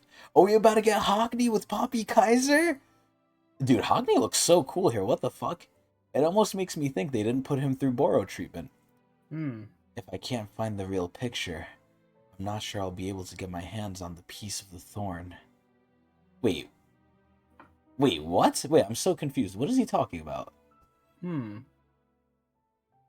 Oh, there's still a piece of the thorn in the floor of death that is yet to be discovered. I thought that Gustang had that. No, that was the piece that was there's 3 pieces, right? Uh-huh. So there's one that Gustang had. Uh-huh. There's the one that Heljo sent to Madarako. Madarako. Isn't that the one that Bomb received in the ate? workshop. Yep, that's the one that Bomb ate. Okay. And there's a third one that is yet to be discovered that Heljo was yelling and trying to get Hockney to get. Remember, he plucked out his eyes and everything because Hockney was supposed to be the one that was supposed to find it. But Hockney has an issue because something to do with this painting and how it reacts to his powers or something like that. I don't know the specifics, but I think he needs the painting to go back to the floor of death to find the last piece of the thorn. Oh shit. Okay. Wait, but didn't wait, I'm so confused here for a second. So hold on. So the I could be wrong Madarako. here. What happened? I could be wrong here, but that's what I think is going on. Okay. So I think so the Madarako piece originally that Heljo sent got eaten by Bomb in the workshop battle. What okay, the second piece he got was literally from Gustang, right? So this is the last piece that we know about. There's no other piece that we know about. Right. Okay. I think I'm good then. Attention. This is an emergency. Oh god, it's this guy. What's this guy's name again? Yule? Yule, yeah. Yule. Huh? That sounds like the snake guy. The captain sent me a message saying Juvial Grace moved to another floor. Excuse me. And the only way to get out of there is to survive. We gotta go after him. You know what's funny? Karaka has like his own little goons. I see Yule as like Bomb's goon now. This might be Bomb's first official like goon that he has. He definitely has goon energy. Yeah, like he's like a little rat, but like he's a rat for Bomb though. Oh god, there's this fucking weird ass like head thing or whatever the fuck that is. Oh, that's a mic. Never mind, I'm stupid. Oh, there's 4 thorn fragments, by the way. Okay, so where's the In fourth total. one? I don't know, but I was Fuck. just mentioning. So one of them has to be the one that's still in the. I mean, I think they're all in the floor of death, but like one of them has to be the one that what's it called? Saying? That Hockney? Hockney was supposed to find. Yeah. So Okay. there's the one from the workshop. Which got That you? workshop one was given to Bomb, but that was the one that Heljo gave to Karaka or something like that. I think it was Uh-huh. Karaka. That's the one that Bomb got. There's one that Madarako still has, I think. Yes. Yes, So yes, yes. there were 2 thorn fragments that were given to Fug. One for Madarako and one for that Bomb currently has. The one for Madarako, what's her name? Red hair. Huaruyun was going to trade the ladle for. Yes. We have not Yes. gotten that one yet. That's Then what there's it the was. one that there was the one that Gustang gave. That was like a hidden one. Okay, great. We still have one more that's missing. I think that's the one that Okay. that Hockney needs to find. And the one, so that's the one we need to find, but the other one Madarako has. Yeah. Okay, but we just don't know where. Yeah. But we have Madarako now, so we could technically torture him. Sure. We really should too. He's not a nice guy. I mean, they just kind of left him there, I think, because they all teleported out. I don't think Madarako went with them. I was about to say they could put him in the White Heavenly Mirror, but Kun doesn't have it still, right? Yeah, I don't think he has it. Wait, where was the White Heavenly Mirror? Didn't Chang take it? It was given to Chang and whatever you call it to dispose of the 2 Fug people. Not dispose them, but like bring them back safely as after they were rescued by Bomb. We don't know what happened to it after that. We know Chang got It might have job. actually been given back to Kun at some point. Yeah, because Chang and Quattro came back. Yeah, they did come back. Yeah. Makes you question where the fuck is the mirror. Either way. What are you doing? You're cruising for a bruising, boy. Let's go. Hey. Ah. Where the hell did you learn to drive? Is it an engineer thing? Oh, isn't that what he is, by the way? Isn't that what Yule is? Yule is an engineer. Okay. Is that like a new class or? No, it's just he's good with tech. Okay. An unnamed cave near the wall. Oh, it's Shibisu. Oh, what the fuck is that? What the hell is Bomb wearing? I mean, I guess they do have to go undercover, but like, this looks stupid as hell. White isn't going undercover. Bruh. He's never gonna agree to wear something silly like that, I hope. Good luck. I'll keep an eye on the warship. See, this is so smart. Shibisu, and this is what I said before, right? We've said this multiple times. How the fuck are people like Shibisu going to keep up and compare, right? They're going to face KALLAVAN here. Shibisu is a speck of dust in this fight. So, the obvious solution? Don't even bring him. Just keep him away. I wish I could go with you, but someone's gotta guard the ship. Anyway, call me anytime you're in danger. I'll come get you. Dude, you're like the most useless person in battle. What's with the big speech? Yo, fucking hot said what we were thinking. Yo, this is what the anime Shibisu's better do probably too. aware of it too. Yeah, he knows. He just, he's trying to be cool. Dude, look at Shibisu's fucking head. It's like a grape. I love this. I love when the style gets like this. Shut up, man. Get out of here. I'm not rescuing you even if you beg me. The wall may look close because it's so big, but if we start walking now, it'll take us till tomorrow morning to get there. See, I want to see them interact with White. I want to see, like, what they're going to say to White, man. Jihad's troops may be lurking in the area, so we've got to walk to avoid drawing attention to ourselves. And remember this, we're not here for a head-to-head showdown with KALLAVAN. Excuse me. Our first priority is telling the wall guards that KALLAVAN is coming. It's too late for that! Our second mission is to team up with them to stop KALLAVAN, and to find out from KALLAVAN about Jin Sung Ha's whereabouts if possible.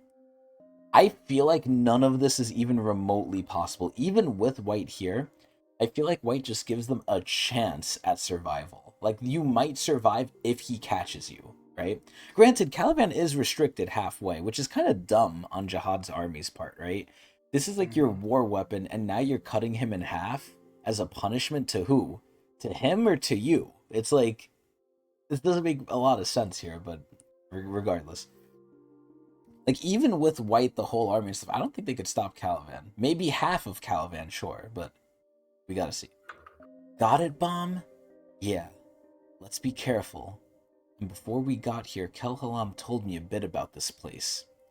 According to him, the war hero trapped in the wall is an extremely powerful female warrior. And she sealed herself in the wall to stop the war. Also, it was an act of self-martyring. So she did it and she said, "Okay, I'm going to stop it by sacrificing myself." Wow. So even if they're released, it probably won't be as dangerous as that part of the wall where Evankel went. I'm not sure who's trapped over there, but it must be someone pretty dangerous. Oh my god, Adrian. What if, now this might be crazy, but what if the person is Jihad? Okay. How crazy would that be? It would be crazy. Because we don't know What where would- Anne is, right? Right. Oh my god, what if this is where Jihad stuck her? Honestly, it would make sense too, because Jihad doesn't like open ends, right? So I'm pretty sure he would kill Anne if he could, because she knows too much, right? Yep. Who is Anne related to? Do we know who she's related to? I don't want to reveal that because I don't know if it was revealed yet, but you'll learn soon. But you know. Yeah. Okay. Guide powers. Anyway, if the hero sealed in the wall wakes up, we could also go after Calavan with her. It has to be Anne Jihad, bro. It has to. So, Anne Jihad and Garam were friends. Mm-hmm. Wow. And Anne Jihad got how many swords? It was 2? Well, I don't know if they were friends, but like they knew each other. Okay. Anne Jihad. So Garam was kind of becoming a princess at the time that Anne Jihad was already established. So Anne was kind of like a celebrity. She was very popular. So she was the Yuri of their time.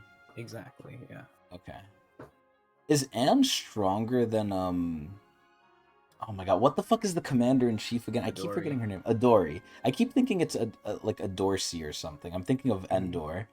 But so do you think Anne is stronger than Adori or no? They are the 2 strongest princesses. So we don't know who's stronger, but of the top, they're there. In the Jihad's ranking system, they're ranked the same number. Oh my god. And what number was that? Wasn't it like 8 or something? Something like that, yeah. They're both in top 10. Higher than some of the 10 family heads. That's crazy. That's fucking wild. Holy shit. I hope to dear God one of them glazes bomb, if not both. Either way. Although for now, the main priority is keeping her from being unleashed. You're gonna help too, right, White? I suppose so. I was once a slayer after all. I fucking love this man so much. I love this man so much. I'm just looking at him and I love him. Oh my god. And I wouldn't mind seeing Fug raise a monster. Isn't that what he told them too? White said that before. They're raising a monster, right? I think someone said it. I'm not sure if it was White. I think it was White. I don't remember though, but either way. I might even get to eat him when he gets big enough. Alright, let's go. See you later. Call me if you need help. KALLAVAN. I hope they'll be okay. Oh no, it's the little dog thing. It looks like it's about to throw up, because it probably is. It's gagging. Oh, it's Mayan. That was his name. Mayan? What's wrong? Are you sick? Dude, I love how they make Shibisu the goofy one. Look at this shit. This is so funny. Are you puking? Holy crap. He just puked up a person. Oh, it's the cute fairy. It's Soho Fairy Pixie. Damn it. That was not a fun ride. Huh? Where did they go? Where are the others? You think Soho's gonna warm up to Bomb now? Maybe. I hope so, man. I don't like that like a witch hates Bomb. Because then it makes me think like Hwaryun is gonna like hate Bomb. I don't know why, but Slave in Utero, Tower of God, the wall with a sleeping forget-me-not. Part 1! Nice fucking arc name. See, we're not at the wall of peaceful coexistence anymore. There's some mystery to this now. Mm-hmm. This is pretty good. Excuse me. That was not good. I apologize. Wall of peaceful coexistence. Town within the wall. Dude, what is he, a fucking barber? What is this? Oh, Barber. he's trying to keep a low profile of Barber. how big he is. Yeah, he's a fucking huge giant. I mean, maybe it's a granted, perspective. It could be perspective, actually. I mean, not even only perspective. It is the tower, right? Like this Mhm. isn't too uncommon for That's people to true, be big. yeah. But I feel like we always see like the people with like the one eye or like the head surrounded with the eyes, like the circle eyes, like all around their head. Mm-hmm. I feel like those people are pretty fucking like common stock people here. Yeah. But bro, like, what the fuck is this shit, bro? He has like shorts on too. Like, this is so inconspicuous. Oh my god. God, look at him. He looks like disheveled. He looks like he's done before arriving at the wall. You know, it would be a perfect thing. So at this point, I'm pretty much shelving the idea that he's actually against Jihad's army. Like Mm-hmm. that's pretty much near 0% now. I really hope though that he's conflicted now. Like he probably isn't because I feel like we know KALLAVAN decently well. He is very loyal. I hope though there's like some confliction where maybe they could change his mind or something. Like I feel like Jihad's army is really not treating him well, Yeah. and he's just taking it. Anyway, Vice Squadron Commander, did you not? Fuck, did you look into it? You don't have to be so formal, Squadron Commander. I mean, Lord KALLAVAN. I don't have a choice. I'm just a regular soldier. I can't break the army's rules. It would be rude to the new squadron commander. But, so, did you look into it? Dude, see, I love that about Calvin. He's all about, like, professionalism. He's like, no, I'm not a commander anymore. Like, man, why does he have to be a villain when he's so cool, man? I hate this. Like, if only we got to him first. If only Jinsung, like, recruited him or something. Mm-hmm. Yes, sir. There are hardly any records about the hero sealed in the wall. She was one of the war heroes who fought around the end of Genesis long ago. Oh god, she's red. What if she's like a Yeon or something? What if she's a Ha? It could be Anne. Isn't Anne a Ha? Can't say. Fuck, I feel like I know it, but I'm not sure. The records say she chose to seal herself in the wall to stop the war. That could be a fabrication from Jihad. And there's a legend. Apparently, in order to make people forget about her role in the war, she erased the memories of everyone from the wall who knew her, except one person. Wait, isn't that what Jihad did? Do people know Mm, about Anne or no? mm, Anne wasn't a memory erasing thing. Anne was like, they fabricated that she was crazy. Okay, so people do Mm-hmm. know that she's there and she's crazy, Yeah. Mm-hmm. but that's Yeah. not potentially real. It's not true. Yeah. Okay. She erased their memories. I don't know how she did it, but anyway, she's clearly a force to be reckoned with. Strong as you may be, Lord KALLAVAN, fighting her with one arm tied behind your back will be very difficult. Dude, that's like a Jihad ceiling too, like that. That's like his like weird ass eye thing or whatever. Also, doesn't Wangnan have like a Jihad sword or whatever? He does. Yeah. Well, can you like remind me of the story of that? He received it towards the end of the Hidden floor. the hidden floor, and he used it to save half of the people that were getting out because Uh-huh. it had the power to pull people out, similar to how Bomb teleported out using the power of the thorn. So we know it's very strong, although we don't know. Where was it from? That's the issue. We think it might have come from the Ghost Jihad Uh-huh. because it kind of gave a pretty eerie message that it's like, if you accept my power, I'm gonna need you to kill someone for me later. And we kind of assumed that that Mm, would be Bomb at some point. I remember now, yeah. Yeah. So it kind of just appeared. And we know that, what is it? what's his name? Wangnan is very closely related to Jihad because of the ring. We don't know why, Yes. but And it could Karaka be. too. And Karaka as well. Yeah. And they're So supposedly brothers. yeah, who knows? That would be crazy. You know, what'd be even crazier. Mm-hmm. Actually, never mind. Never mind. I'm not gonna say this. It was wrong. I just realized it was wrong. I was gonna say like, what if Karaka is and Jihad in secret? You're trying to point everyone to be Ann Jihad. Like, Yo, bro, what's good with you? we're getting to good ass shit, man. Like N Mm-hmm. has to come up. There's no way. Mm-hmm. But either way, yeah. You know what I'm gonna say next? What if Rachel's and Jihad? Anyway, It could be. but I forgot where I was going with this, but yeah, this is definitely. It reminded me of Wangnan's sword. He hasn't used that shit yet, right? No, he only used it to get people out, and that was it. Where the fuck is Wangnan right now? With his team. What is consisting of his team? Horiang? Yeah, Horiang. Missing? Missing. I think Missing's with them. Where's Gosang? I forget where he went. God damn it, we need a Wangnan POV. We do. Either way, it doesn't matter. I swore an oath to Lord Jihad. I won't untie my arm, even if it kills me. See, that's respect right there. That's fucking respect. It's stupid. Like, this guy has unwavering loyalty, right? Why are you making him suffer when he's trying to help you? It's like, okay, you made a mistake. Now I'm gonna make it harder for you to serve me, even though you want to serve me and I know you won't betray me. It's like, what the fuck is the logic here? So, anything else? Ah, among the people trapped in the wall, there are some with a token capable of awakening the hero. I think there's one. Wait, fuck. I think there's one where you're headed as well. Headed to as well, Lord Calavan. Her name is Kane. She appears to be the younger sister of the hero who sealed herself in the wall. Oh shit. She's the one person who didn't lose her memories. Younger sister, huh? I'd better find her first. Dude, I feel so bad. Like, I really feel like Calvin probably doesn't want to do some of these things, but he's gonna do it, and I don't want him to. Like, I feel like he's gonna become friends with this sister. He's gonna, like, get close to her, maybe even romantically, and then he's gonna have to betray her because he's on a mission, man. This is fucked up. Back to reality, aka the present.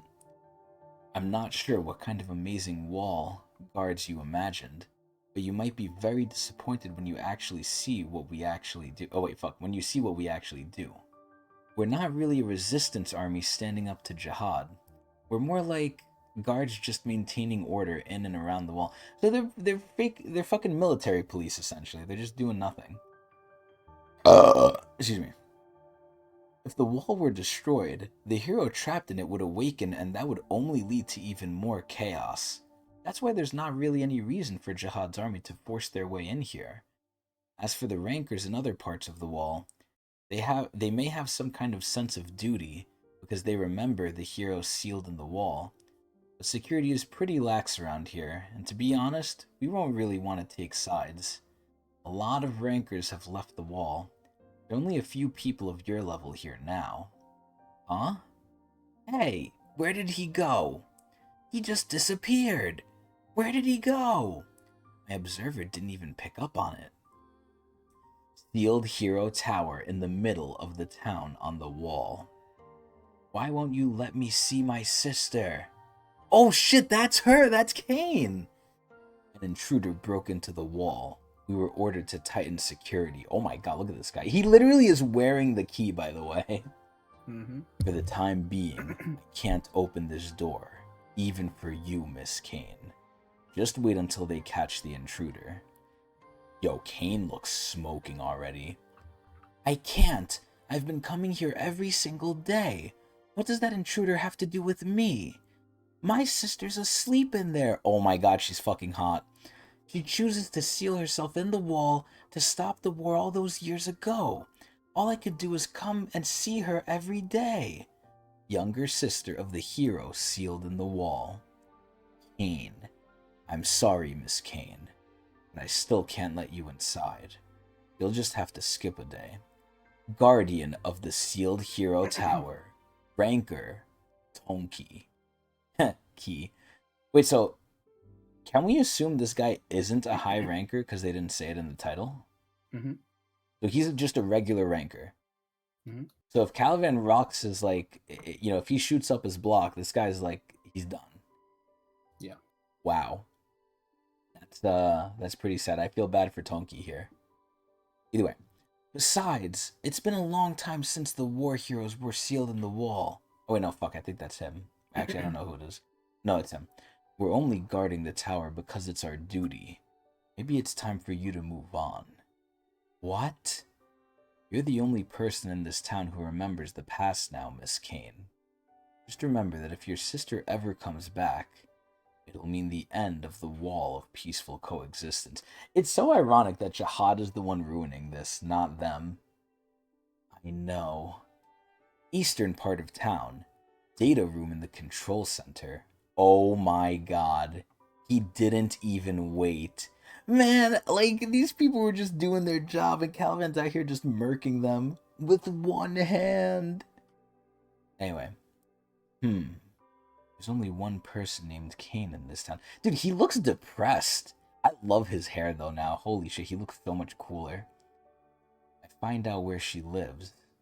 Now I've got to figure out how to get her to break this seal for me. Is the hero sealed in that tower? That tower looks like a wiener tower. It looks like not strong. Like Calvin could just break it. He could just break it open. Unless there's magic on it. Not sure if I can persuade people with anything other than brute strength. No, he's just a brute. Damn it. Oh my god. Oh, damn, that shit's kind of tall. Wow. Several hours later, Kane's house. See, now Calavan's gonna have to try to RIZZ her. Oh no. Also, she's like an elf. God, look at her. Her hair reminds me very much of Yama's hair. Yeah.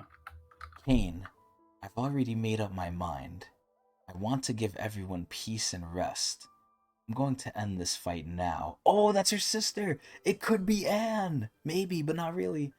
Sis, but what'll happen to you? It's okay, Kane. As long as I'm alive, I'll have to fight them anyhow. Could you let me go, Kane? Sis. So it's you. You must be the younger Oh wait, fuck, that's Calavan. So it's you. You must be the younger sister of the hero trapped in here. Huh? Dude, this guy is so heavy-handed. Like, he doesn't try and, like, schmooze into her. He doesn't, like, bump into her and act like he doesn't know her. No, he literally goes to her house, slams open the door, and it's like, you must be them. Like, what the fuck? Like, that's so rude. Anyway. Who are you? I've never seen you in the town. Are you the intruder Tonki was talking about? Sure, quick. That's right. I'm the intruder. My name is KALLAVAN. I'm here to wake your sister up. What? You want to wake my sister up? Yo, she is so cute. Holy shit. But why? Because it will end this peace and coexistence, apparently. What the heck is that supposed to mean? I'm not exactly sure either. Oh, hold on. Nah. Kainita. Nah, Doxy. Okay, either way. I'm not exactly sure either, but there will come a time when those old war heroes will be needed. Besides, don't you want to wake your sister up? She's your own sister after all. Oh no, he's playing on her emotions. No. I won't let you do it, so just go. I don't know who you are or why you're trying to wake my sister up, but I promised my sister I'd never break the seal. And I certainly don't want anything to do with someone as dangerous looking as you. He looks like a clown here. Even if you'll never get to see your sister again. That's right. That's what she'd want. I don't want any more fighting here. So could you just get lost before I report you? Alright. I know I can't force you. So I'll give you my pocket link and go. Give me a call if you change your mind. Yo, he's leaving his number! What? You sure are persistent. Wow, I'm actually shocked he just left. He legit was so direct. He came in, said, "Here's what I want. Are you gonna give it to me? No? Okay, here's my number." Sorry, but you're not the one my sister's waiting for. Oh, are you kidding me? Adrian, Mm-hmm. who's this? Who's the fucking sister waiting for? Who do you think? We don't even need to use guide powers here. Just fucking say it. It's not Bomb. What? It's not Bomb.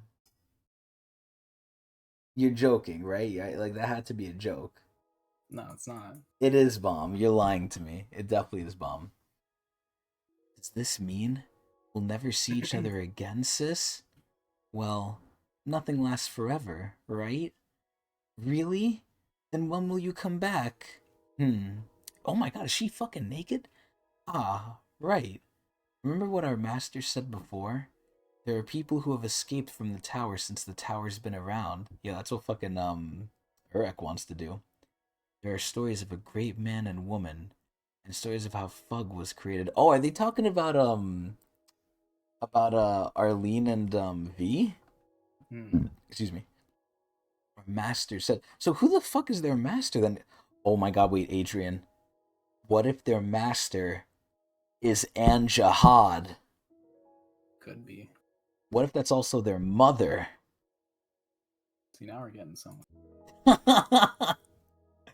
Our master said someday that great man's child might return to the tower. Oh my god, that might be Bomb. If that time ever comes, could you wake me up then? It has to be Bomb. I know you're fucking lying to me. It has to be Bomb. So their master has to be you know who it could be actually? Their master could be Luzlek. Because Luzlek would know about the stories of the great man and woman, right? Because Luzlek served under them. So they could be like Fug and they don't even know it. Because they wait. The other big thing is too how Fug was created. I completely glossed over that. This person has to be Luzlek. Okay. Either way, if that time ever comes, could you wake me up then? Sure. It's fucking Bomb. It's fucking Bomb. It has to be. The next morning. What? You can't let us in. You heard me. This isn't some kind of playground. Why do you keep asking us to let you in? We've come here to help you. Shut up! Oh my god. There was a guy just like you here yesterday. He entered the wall and just disappeared. We've already lost over 10 people. You're with that bastard, aren't you? Coon, could it be? It looks like KALLAVAN got here before us. We'd better hurry. We came here to stop that person. He's dangerous. We have to stop him as soon as possible. As soon as possible. I said no. How can I trust you all? What could a bunch of C-rank regulars possibly do? Oh, is Bomb gonna do the same thing KALLAVAN did? Is he gonna show his strength? My name is Jovial Grace. I'm a Slayer candidate from Fug. Do you still doubt me? I can't believe he just said that. What? A Slayer candidate? Please, just let us in. Alright. For now. Dude, this is the same thing KALLAVAN did. Without the power, obviously. They're gonna disappear again. Yeah, they're gonna run. Yo, look at White behind them. The fact that he's here is scaring me. Oh my god, they really came with the whole squad here. It's because they know who he is. Dude, Bomb was truthful about who he was. KALLAVAN lied. By the way, they came here with the Sting squad. Oh, this guy looks like an idiot. Who are you? So, you're that regulars who's been calling himself a Slayer candidate, huh? I'm now placing you all under arrest for trespassing in the wall. Commander of the Wall Guards. Ranker, delete. Wow. So again, this means he's not a high ranker, right? Wow, so Bomb has the potential to maybe beat this guy. Maybe. He has beaten a ranker before. High ranker. Oh yeah. Because Gato was high ranker, right? Oh my god. What? We don't want anything to do with Fug or Jihad. What do you mean? You let us all the way in here. This is the wall of peaceful coexistence. Our ancestors may have once been a part of the Anti-Jihad Alliance, but now we refuse to associate with any group whatsoever. See, why, like, this is making me angry. Jihad is, like, going back on his part of the deal, and these people are being, like loyal to it. Like, they're upholding their end. And Jihad's just shitting all over it, man. Oh man, Fug is really making sense now. Plus, an intruder is wandering within these walls as we speak. If you try to fight him, it will only make things worse. Until we catch him and confirm that he's got nothing to do with you, we're locking you all up. Wow, immediately into prison. At the same moment, the public square in front of the monument. Oh shit! Excuse me. It's fucking Kane! I'm sorry, sis. That guy I met last night shook me up a bit. With what he told me. I may not be able to be by your side. Maybe I should have just reported him. But I'll leave you with some of your favorite flowers. Ooh, those are nice blue flowers. Get back! You ghost! It's all your fault! What the fuck? We lost a bunch of people because of that intruder yesterday. There are even rumors that Jihad's army is coming to attack us. This is all because of that insane warrior. Oh no, this is either A, this is caused by KALLAVAN spreading like rumors, and obviously he's doing this to convince Kane to, release her or to betray them. Or B, these people are just stupid. Why should we have to suffer because of your fighting? This isn't a monument to a hero. It's a cursed memorial to that bloodthirsty warmonger. Smash it! Go to hell! Witch, just go away! This is so fucked up, man.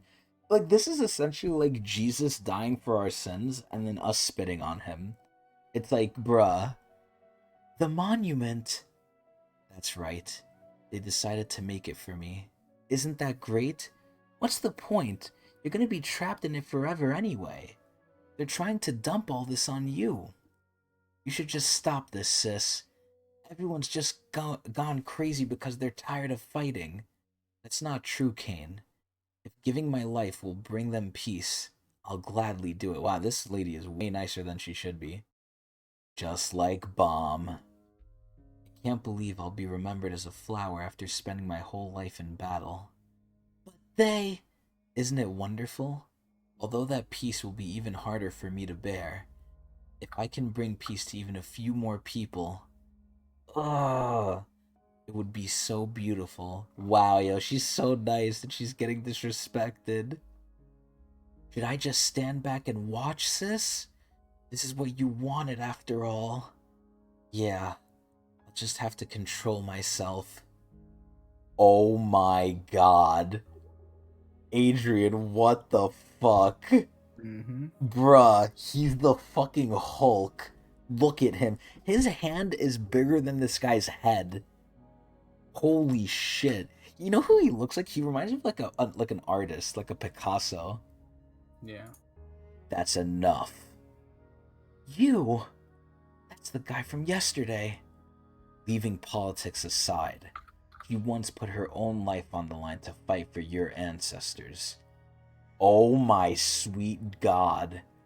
Disgracing a hero who sacrificed themselves in battle is absolutely inexcusable. Oh, he's gonna break this guy's fucking arm. Get lost. Ah! Oh my god! Bruh. You think this is him being legit, or you think this is a ploy to convince Kane? I don't know. It looks very convincing to be a ploy. Like, I want to believe this is how he really is, man. Intruder! The intruder's here! Call the guards! Don't get me wrong. I didn't do this to persuade you. Wow. You know what? I believe him. I did it because of my own personal belief. But is this really the kind of peace your sister wanted? See, now I don't know, because it is convincing, but, like, it really is convenient for what he needs. Oh my god, Adrian, this shit's getting fucking crazy, man! I'm scared, man. I'm fucking scared, man. Anyway, now to the blog post. What the fuck is this? Oh, it's KALLAVAN Him throwing the guy. Yeah. Yeah. Nice little doodle. Wow. Okay. Alright, yep. Starting with the end note. Yes. KALLAVAN. It's difficult to persuade you with words. You can display your strength first, like this. He's just tossing the guy. So I think that's what he's showing them right now in the that might be a translation of this drawing. Yeah. Hello, this is SIU, the mentally breaking down from corrupted files. Who said SSDs are safer? Anyway, after working all day, I got most of the work restored, so next week's deadline won't be affected, but it is discouraging to say that despite working harder than most weeks, I'm just now back to square one. That's so sad. So today's doodle and the afterwards are going to be all whatever. Yeah. So before I go into the rant, I'll talk about this week's story. So Hockney and Kaiser, I guess they settled on calling her that, have been looking for the Thorn fragment. However, with the power of science, they're headed off somewhere else. Wait, so what is Kaiser's actual name? Elaine, right? Yeah, Elaine. Mm-hmm. So they're still calling her Kaiser. Yeah. Her war name. KALLAVAN's at the walls, and although it seems like waking up the hero won't be as hard as predicted, but once awoken, few would be able to handle her. KALLAVAN doesn't seem to be too confident in himself when he hears that he somehow needs to convince the hero's sister. So he's good at fighting, but not good at rizzing. Mm-hmm. That actually might be another title, too. KALLAVAN doesn't have any rizz. It's true. Team Bomb also arrived, and Bomb the ever-proud goes, "Hey, I'm a Slayer candidate," only to be locked up by Delete in his fairness and wisdom. It seems it's really more of, I didn't want any trouble, so all of them get the hell out. Anyway, these walls, unlike the ones with Yama, don't seem too cooperative with the Fug. That is a good point, actually, because the other one was like, "Oh my god, we need your help, yeah." Yeah. Kane, younger sister to the hero, following the intruder, KALLAVAN's entrance, almost got angry. He criticized to remind herself. I cannot hear anything you're saying, Adrian. Oh, sorry, I have to be quiet for, I know. reasons. I'll reread that. Kane's younger sister, the hero, following the intruder, KALLAVAN's entrance, almost got angry from seeing her sister's memorial being criticized. She remembered, but she reminded herself to be patient and turn back. Only for the intruder, KALLAVAN, the one behind all of this, to appear before them and slap the local silly in a flamboyant display of power. Isn't this cheating for a high ranker to be doing that to a civilian? Yes. Anyways, since it doesn't look like he can use anything but force to convince Kane, KALLAVAN is using Force Fist and figuring out what to do then. Force First. Will Bomb's party be able to stop KALLAVAN, whose fists are faster than his words? Will the author still complete his drawing goals despite losing all of his files? I hope you look forward to the future. Wow. So that's the summary of this week's plot. Anyway, it's not easy to get a hold of yourself after you lose your files. It's not easy to do the same work over and over again, and you lose time to rest. So actually, these days, backups were rather systemized, so I was working well, but this breaks out all of a sudden one day. Well, it's a relief I got most of it recovered, even though it meant saying goodbye to my weekend. Oh no. Being an author, it's fun and not too much physical labor, but it is a job that requires a lot of mental fortitude and patience. Well, sitting in the same position for a long period of time does get hard on the body too. But thinking of my grandparents who were farmers, I'm definitely more of a grasshopper than an ant. Oh. Recently, there seems to be a lot of tragic events happening. Even if it's not a celebrity, I hope everyone understands that everyone else is to hold difficult. Everyone else is to hold difficult things when they hide from this world. I have no clue. Yeah, maybe it makes sense later on. Wouldn't it be better if we could be happy together instead of wishing misfortune on each other? Yes. This is probably a current event, so it might be harder to understand at the moment, but yeah. Continuing. However, to be happy comes with a lot of things that cause unhappiness, which makes things difficult. Although my goal changed back in a time, that I no longer remember. I find happiness from finding happiness to just living a good life, but I hope without any specific desires, I just want happiness for all of you. I want to find my own way to live a good life. Anyway, I will be back with Calavan, a man whose words follow his fist, and the Slayer candidate who just went to jail for impersonating himself. Ah, Have a happy and healthy week. nice. That's funny, man. Like, Mom did the right way, and he got fucked for it. Caliban lied, and he's like getting away with it. Mm-hmm. Fucking crazy. But either way, Yeah. pretty good blog post. Very nice, very nice. So, Adrian, I come now with the question for you. Mm-hmm. You want to keep going? I'm down to do another. Okay, let's do another one. Fans have been asking for a third one, and we are here to provide. It happened. So here we go. But you better stop asking now. We're giving you what you want. Anyway, chapter 39. Here we go. So we're picking off from Calavan literally tossing the fucker into the fucking wall. Intruder! The intruder's here! The killer is escaping! Call the guards! Don't get me wrong. I didn't do this to persuade you. I did it because of my own personal beliefs. Excuse me. But is this really the kind of peace your sister wanted? She's thinking, dude. Oh my god, it's getting to Kane. Kane is so pretty. We're gonna have to add her to the tier list for sure. We're gonna have to add Kane. Let me just get this real quick. Let me get that. Here we go. Let me just save that in the bank right there. Mind your own business. You don't exactly seem like the person who will bring us the peace my sister hoped for either. She's waiting for Bomb-Man. Dude, Calavan with this hat looks so fucking villainous. Like, without the hat on, he looks sad and like exasperated. With the hat on, he just looks like evil, like plotting. I really like that, actually. Slave in utero, Tower of God, the wall with the sleeping forget-me-not. Part 2. Behind the wall. Detention center for intruders. It's literally just a fucking piece of rock taken out, and that's the cell. They'll just break out. Honestly, yeah. I should have just kept my mouth shut. I mean, granted, they probably don't want to try too much shit, because there are rankers there, right? I'm pretty sure Bomb... That's true. Bomb a little bit, White for sure, could probably hold their own, but they gotta be careful for everyone else, right? Because they do have Hots here. I don't think Hots could survive it like a ranker battle. I only mentioned I'm a Slayer candidate to try and persuade them. I ended up getting us locked up. This fucking shirt is so ugly, what the hell? It's not your fault, Bomb. They might have killed you on the spot if you weren't a Slayer candidate. At least we made it past the wall safely. True. I mean, this is the place of peaceful coexistence, right? Like, we can't just be killing the entrance, the people who come to the entrance, the migrants. You've got a point. Several hours earlier. Until we catch him and confirm that he's got nothing to do with you, we're locking you all up. This is no time to be fighting among ourselves.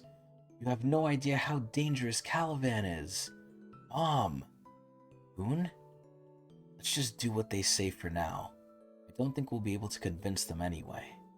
You mean, I still think we're just ordinary regulars.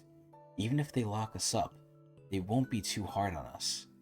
It's not like Calavan broke the seal yet, anyway, so we still have got some time.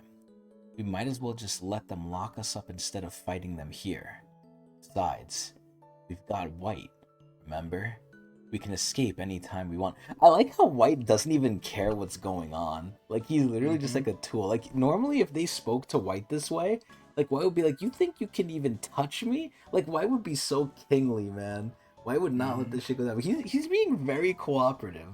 He's here for the ride. Yup, he's just chilling. All because of the Queen, Albelda. Alright. We'll do as you wish. Good. The present! As if Calavan weren't enough of a problem.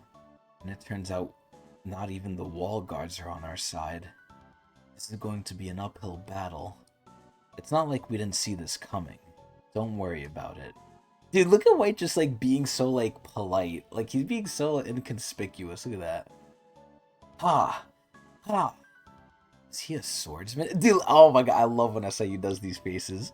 Oh my god, Adrian. I'm scared. What if White gets interested in Hots? What if he gets hungry? If you keep training like that, you'll never get strong. Huh? What? You're so focused on making a stronger sword that your whole body's all stiff. You look more like a farmer at work than a swordsman. You may be a great swordsman, but you've got no right to judge other people's sword skills.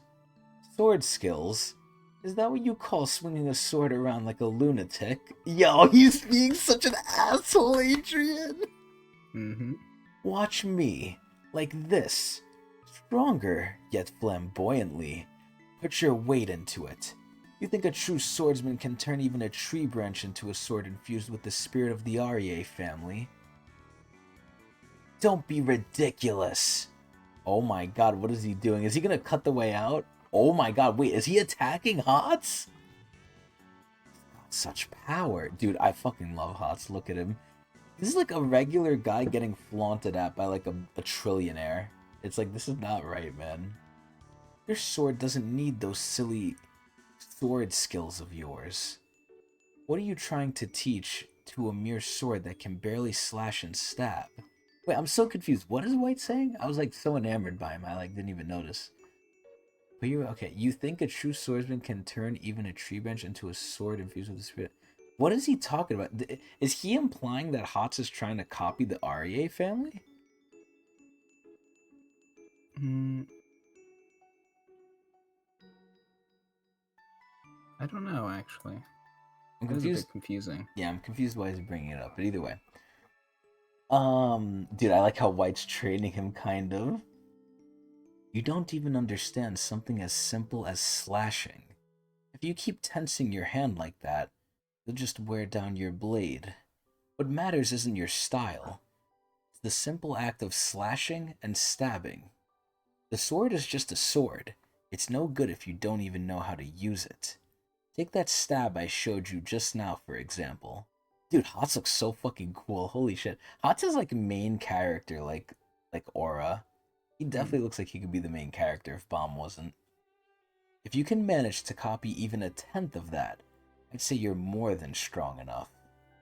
Honestly, seeing people like you really gets my blood boiling. You're lucky to have even gotten your hands on a decent sword, and you don't even have the talent to use it properly. Is he talking about my sword, Dongblade? He's from the REA family. He's mastered the art of sword fighting before he was even born. Yo, Kun is salty, bro. Kun is salty, but he's right. He's salty. Come to think of it, I suppose it's not really entertaining to see a kid with amazing skills and an incredible weapon. KALLAVAN is here. Somewhere. Swinging it around without even knowing how to use it properly. Is it because of the power of transformation I got from Doom? I can feel the powers within me stirring a bit more clearly. I do the best I can right now. Will I be able to get anywhere near KALLAVAN? I mean, even before all the Evankel training and everything, Bomb did, like, scar him, right? All those time ago. Yeah. And that scar is like, remember what KALLAVAN said? He's like, oh, did he imply that it can't be healed or that it would take longer to heal? I think it would take longer to heal. Okay. Are you anxious? Huh? Why? Are you afraid you'll freeze up when you see KALLAVAN? So White kind of knows KALLAVAN because he did fight him before during the thing, right? During the last station? Mm-hmm. Okay. I want to see what White thinks of him. You may be growing very quickly, but compared to KALLAVAN, you're still nothing. But there are ways of overcoming that gap a lot sooner than you think. Although you still won't beat him, of course. Oh god, is White gonna offer some devil voodoo magic? You have the power of this. So, oh no, Adrian, he's plotting. He's plotting. He's doing something, man. What? White will never do something out of the goodness of like kindness. He is doing something because it benefits him. He is trying to get those souls back, man. I bet you he's happy to be with Bomb here because he's gonna try and make Bomb agree to give him the souls back. But either way, you have the power of the souls, I gathered. I know you're hesitant about using that power, but you've got both the right and the talent to command those souls. You've also got the strength to withstand the power, and you just recently found a way to make that power a reality. The fire is ready to be lit. No one knows what will happen when that power begins blazing. I could teach you how to light the fire, I mean. Look at him. Look at him. He's planning. But oh my god. Besides, I want to see you do it. Just let me know if you're interested. Hey! I'd better change the topic. You know about the hero stuck in here. That bastard. Don't you have any information about it? I thought you were a legendary slayer once. I looked into it. Legendary. I like the sound of that. Dude, all you have to do to get on his good side is glaze him. Like, he Yeah, has pretty such much. a fucking ego. I fucking love that. Oh my god, man. White is such a good character. Holy shit. One of the best things, I think, for Tog, and, you know, this is where... I don't know if I want to talk about it too much now, but I'll try and leave it till the end so we don't interrupt the episode, but there's certain things I think Tog should do aside from the anime that would help it. And me and Adrian were discussing a big thing today. And just so I don't forget it, Adrian, just remember we got to talk about the crossover. Okay. You know what I'm referencing, right? Do I? I What don't we were think I talking do. about today, We were talking about a lot today. relating to Tog, We were talking about a lot relating to Tog. the crossover. I'll just say the crossover, and you'll let me know, and I'll pick up what you're putting down. Okay, you don't remember though what we I were don't. texting about? No, I don't. I said it would be cool if they had this and that, and they did it like this. Oh yeah. No, I remember now. Okay, But, yeah. good. But most of the information is gone, and it happened such a long time ago. It's hard to find any reliable sources. I did manage to figure out something, though. Then tell us, Mr. Legendary Slayer. So, this is where I have a question for you. At White's peak, right? Like, we're talking like his strongest that he was when he was a Slayer. Where Mhm. would you rank him? Like, to the Slayers we know. He'd be the strongest Slayer, I think. Really? I think so. Yeah. Stronger than Yama? I think stronger than Yama. Yeah. What? For really? Mm-hmm. I How? could He be didn't wrong, even but have the souls. that's my personal opinion. What do you mean? We're saying at his peak. Yeah, he didn't. He never got the souls though. I'm not saying if he got the souls. I'm saying whatever his peak was in the past. Because his peak is infinite. He can infinitely get stronger. Yeah. I mean, But then again, so can everyone in the tower. But yeah, I mean, White is always saying how he hasn't reached his prime yet or whatever. true. So I assume that his prime was pretty strong. So I think, yeah, I think he could be stronger than Yama. This is crazy. But do you think he was in the past stronger than what Yama is now? Maybe. I don't know. Wow. Think he was stronger than Karaka? Definitely, yeah. Why is Karaka always getting shitted on, man? He's new. Sad. After the long age of tower climbing, when Jihad and the 10 family leaders conquered the tower, and rankers began appearing, finally, King Jihad declared himself king of everyone and everything in the tower, and started a war against his opponents. For a long time after that, the tower was divided by a war between those who supported Jihad becoming king and those who opposed it. History refers to this period as Genesis. Very cool name. So, I have a question. Who's older, White or Jinsung? That's a good question. I'm assuming with that you don't know the answer. I don't. Okay. But it was more of a time of war and slaughter than a time of Genesis. Of course, the greatest enemy of Jihad and the 10 family leaders at the time was Fug. But Fug is an organization formed based on very personal grudges. But with the times being what they were, Jihad's opponents started rallying behind Fug.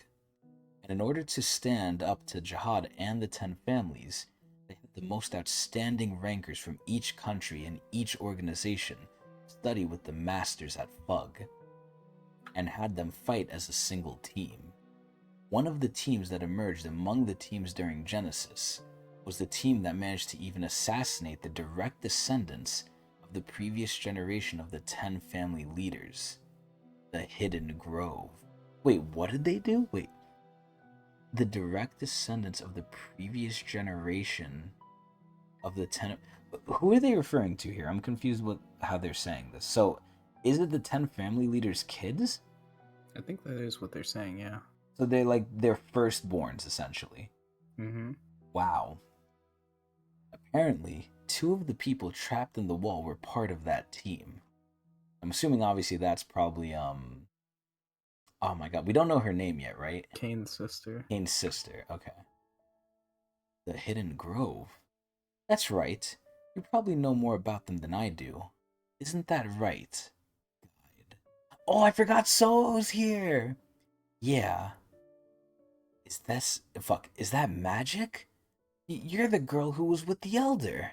What are you doing here? Wait, what the fuck? Wait, she's so tiny! She just popped up. Yeah, what the hell? How did White notice her? How did you get smaller? I'm a guide. Sneaking in here isn't that hard. You can get that small without the help of the administrator? Oh my god, look, it's Tiny Solo! I came here because I had a feeling you guys would mess this up. Honestly, I'm still kind of pissed. But I let you off the hook for now. Just be grateful for that much. Yo, she got a little... You got a little sass to her, damn. Mm-hmm. Let me ask you this, Adrian. Obviously, aside from, like, history, right? Who do you like more, Soo or Hwaryun? Hwaryun. Who do you think is more sassy, Soo or Hwaryun?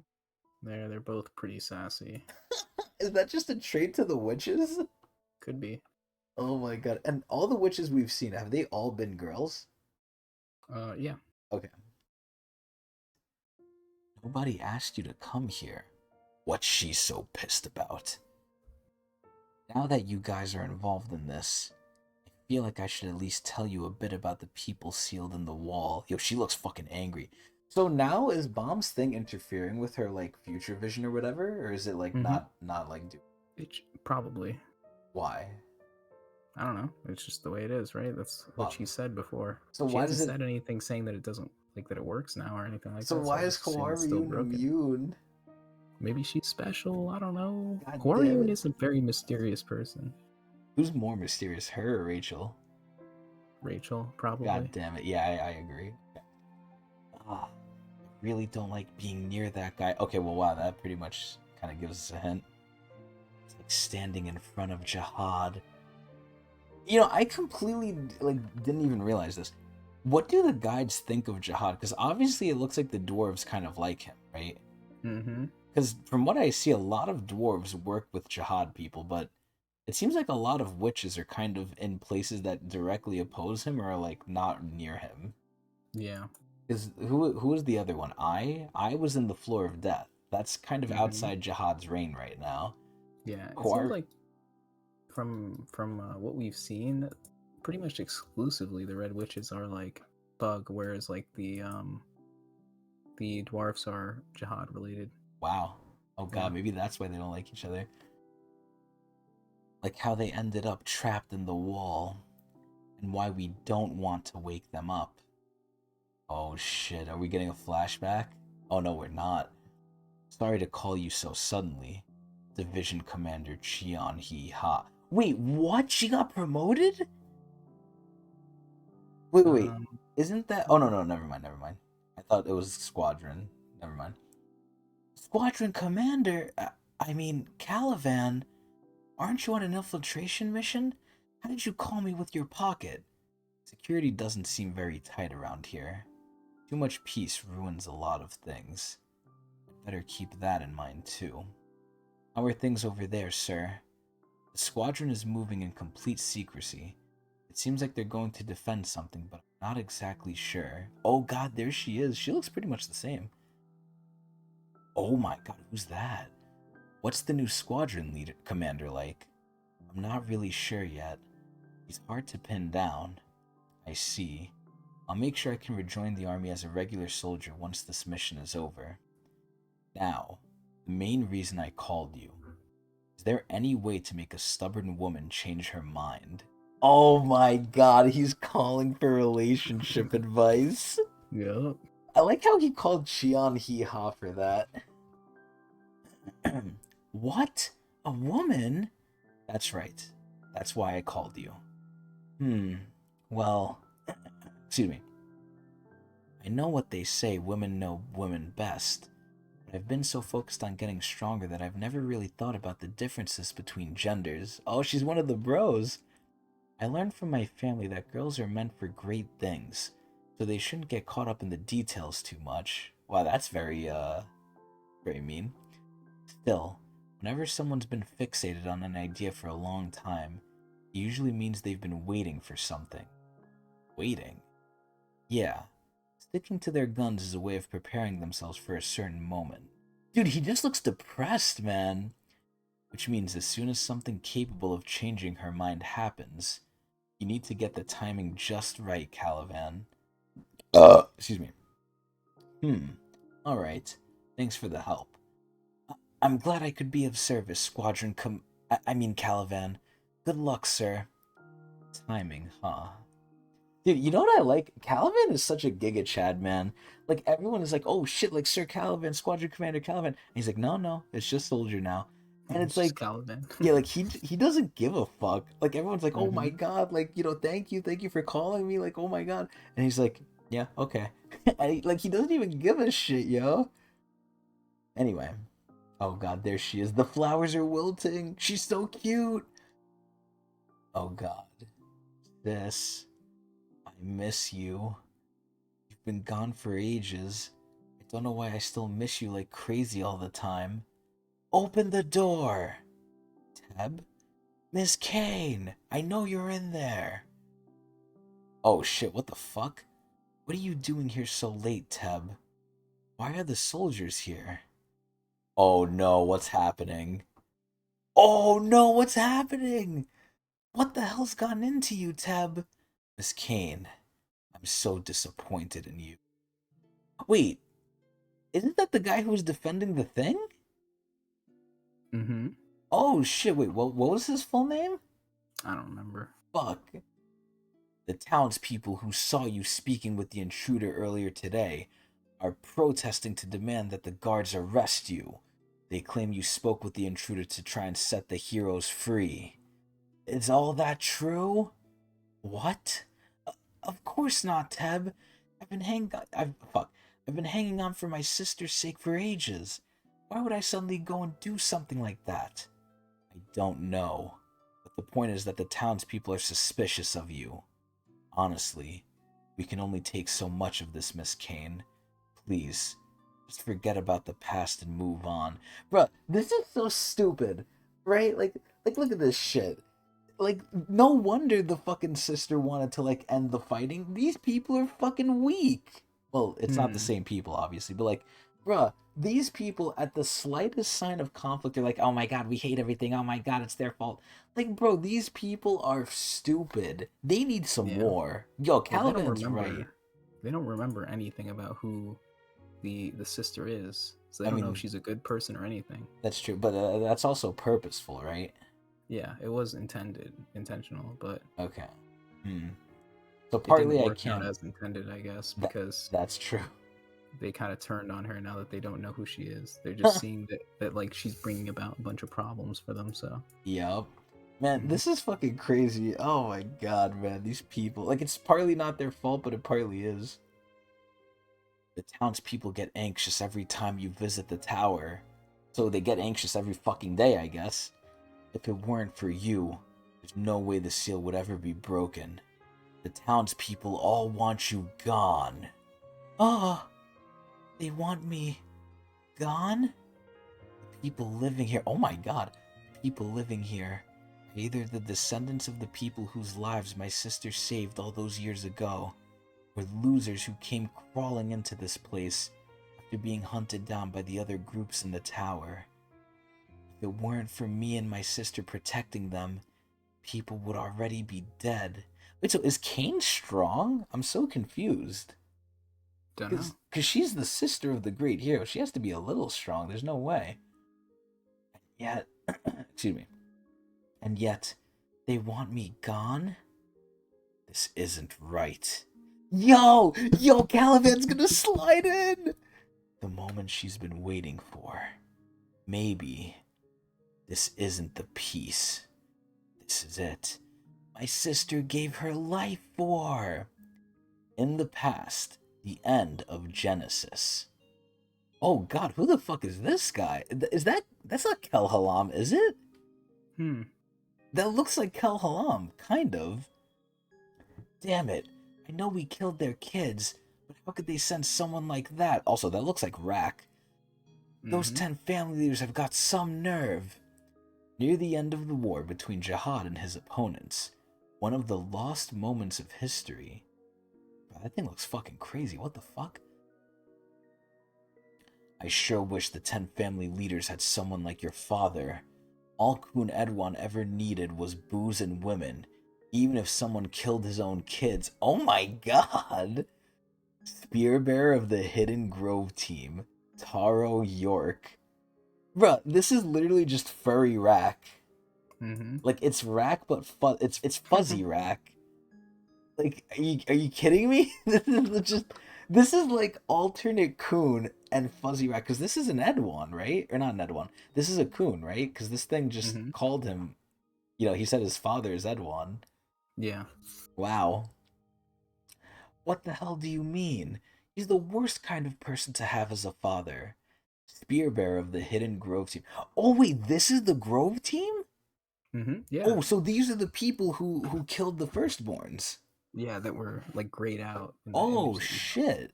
So these are the people who are on the sisters level. Wow. Huh. Holy shit. Spearbearer of the Hidden Grove team. Poon Hind Lutch. Is that how you say that? I guess. Okay, whatever. Lutch. Wait, so I have a question. So when people die, they're taking off the ranking list, right? Yeah. So could there have been people who are potentially stronger than who's on the list now? Yeah. So could these people potentially have been like top 100? I don't know. Okay. Oh my god, there she is. Forget me not. It's coming your way. Are you ready? Keep it down. I'm trying to concentrate. Wave controller of the Hidden Grove team. Kane's older sister. Dowan. Nickname Forget Me Not. Wow, and there she is. Yo, she's a beauty. Wow. Also on fire. Well, it's not Anne. We know that. Yep, there you go. Hey, watch out in the front of you. You're in trouble. Oh my god. Oh my god, what the fuck? One of the 23 beasts of the Lopobia family, currently the symbol of the 20th branch. Ancient odd-eyed giant cobra. It's freaking huge. Shut up and do something. So she's a wave controller. Oh, she's making the flowers. Oh shit. Power of the great flower. Bring us protection and our enemy's death. Oh my god. Oh no, what's happening to the fucking snake? Flower Shinsu control skill. Scent of Forget-Me-Nots. Wide range skill. Oh my god, what is even happening? Flower garden. This reminds me of Yuri's attack. Of like the I forgot what it was called, but like the rose swarm. 3 months before Dowan was sealed in the wall. So there was 3 Hidden Grove members here. Oh shit. Okay. Man, she is a hottie. See, now I don't know if we should add her to the tier list too, because she's gone. I mean, maybe we could put her in the special jobbers tier list, but she is kind of jobbed. But I don't know if she's coming back, because she's not technically dead. She's just sealed. We don't know if she's coming out or not. Well, KALLAVAN is trying to wake her up right now. So. Yeah. What if she's just dead in there? What if like she just died a while ago and the body's just in there? Seems possible. Either way. To the blog post. Oh, there she is. There she is. Mm-hmm. I like the art a lot. Yeah, it's very clean, very nice. She's praying. She was so nice, man. She was like, she wanted people to be happy, like just like Bomb, man. Mm-hmm. Yeah, I like Doan. I'm a big fan of her design. Really? Oh, sure. Okay, at note time. Long ago, snakes were as big as buildings and flowers exploded in amounts of soccer fields going boom boom. Huh. Bomb. It still is. Huh. I guess that's a reference to Yuri's move. Yep, it really is. Hello, this is SIU. This week I drew Doan. I want her to look beautiful and eye-catching. I hope she is. I like her sister, maybe, I don't know if I would say more, but as much as her. I think her sister is like very standoutish. Yeah, they do look similar. Doan kind of looks like a powered-up Kane. Also, I decided to blaze it and brought another high-end SSD. Oh, so this is about his stuff, his data. But apparently it's not compatible with the motherboard. So now I'm in this weird situation where I'm looking to buy a new computer just for my SSD. I mean, your data is precious, so... this week, since it's just before the battle, we have a lot of dialogue. Something like White and Hotz's conversation wasn't entirely necessary, but they're both swordsmen. I like that a lot, yeah. So I wanted to show what kind of conversation they would have had when the two met. Well, they aren't talking too much about the martial art of swords because I'm not actually too well versed in that department. So it'll probably focus entirely on the most fundamental idea of the sword as a tool in combat. I don't know if you noticed, but there is a shift in White's attitude towards Bomb. We don't know if it was after that conversation with Rachel, but whereas before he treated him like someone he disliked or felt incompatible with, now he seems to be finding similarities between them. He says Bomb is overflowing with talent, unlike Hotz. He offers to tell him how to set the souls ablaze himself. It's like a workplace senior teaching him how to smoke. What a bad guy. That's how much Bomb and White are at pulls with one another. So, one thing I want to say here is I feel like White, number one, like there's two potential reasons that I could see from going into this, why White's different, or obviously three actually. Number one, oh my god, what the fuck, Albelda. Albelda is obviously, you know, telling him like, hey, be nice, right? Don't be a fucker. So, well, maybe not like be nice, but like don't do anything evil, right? Or else she's gonna do something, I don't know. But number 2 and 3 is number 2, he sees Hotz and he sees like, obviously the sword is very strong, right? It's a very talented sword, it's a very strong sword, and it can't have its full potential brought out. I think White likes strength, right? I think that's obviously why he respects his dad so much. His dad is extremely fucking strong. So I think even if you're his enemy, White will respect you to a certain extent if you're just strong, because he just likes strength. He values it, he admires it. So I think in a way, he sees Hotz, right? And he gets annoyed at Hotz because Hotz can't use the sword properly. It's upsetting him. It's like, oh, you know, you have this great tool, but you're untalented garbage. You can't use it, right? Meanwhile, he looks at Bomb, and Bomb's like, oh, you could be very strong. Like, he likes it in that aspect. But in the third way, I think he likes it because what if he's training Bomb to just eat him, right? Because what if he's like, okay, you know, I have these souls, I wanted these souls, you know, that's my big power up. What happens if he eats Bomb? That's going to be a huge power up too. Yeah.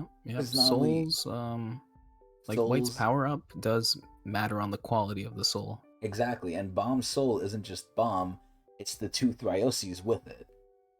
It's like, and the Thorn. It's like, bruh, you eat Bomb, you're having a full course meal. So he's basically training Bomb up because either A, and it could be a mix of both. It's either A, he likes seeing strength utilized or realized. He likes seeing strength fully realized.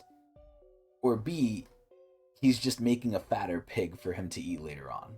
Yeah, Could be a little bit of both, to be honest. I mean, he did straight up say that like it would be nice for Bomb to like become stronger before he eats him. Yeah. Oh my So god.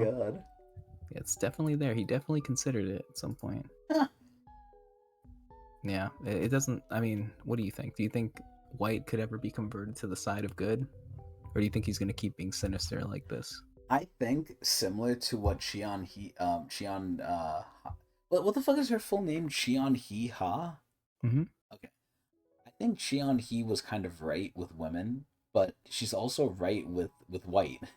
White has his sights set on this goal, right? He has the goal of beating his father. I'm really curious what White wants after that. He probably just wants to be a king like his father, right?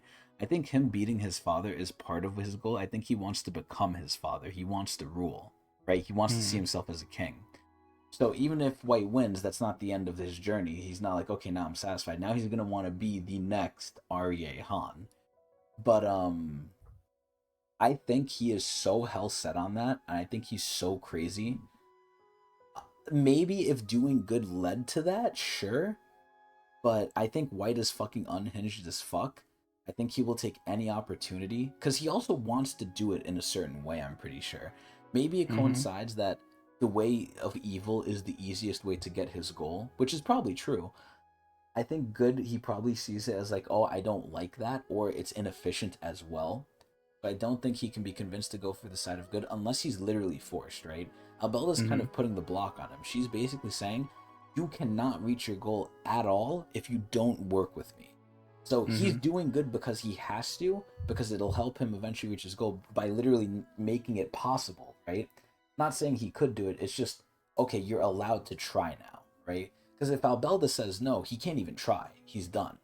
So he's only doing good because he's kind of forced to. Unless, like, there was an obvious thing, because I don't think he will ever let go of his dream. Excuse me. Unless he's really, really, like, dissuaded or, disillusioned. And I don't know how that could happen. Maybe if he sees Han getting beaten, maybe if he sees, like, Arya Han is weak, maybe if he sees his father lose to someone, maybe that'll, like, destroy the concept of, like, how cool Han was to him. That could be a case. But realistically, how likely is that, right? It's Arya Han. So I think that White's goal will almost never change, and to get that goal, the easiest way, and the way he personally likes, is evil. So I'm not saying he's incapable of good, but you have to question. It's like, are you doing good for good reasons? Are you doing good for evil reasons? It's like that's a big thing with White. So I think he can behave himself. I don't think he'll ever actually be on the side of good. I'll be surprised if he ever is. He at best he's chaotic neutral. At best. Okay. Yep. Well, I'll continue from here. Oh shit! I just scrolled all the way down by accident. Okay. Yep. Got it. All right. Anyway, I did want to put in White interacting with Bomb's party at some point, and that some point became now. I wish there was more. This is what happens when you get characters that normally wouldn't interact with each other together, it seems. I love that shit. KALLAVAN and Hachion's conversation is a foundation for the coming narrative.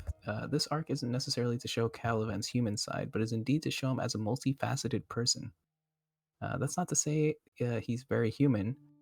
There's more precision to him. I hope we keep an eye out on this narrative. See, this is the hard part, right? And this is what really tears me up about KALLAVAN. There's parts about him that, like, obviously he's on the bad side, right? He's on the villain side. He's doing things that are against us, and we don't like him because of that.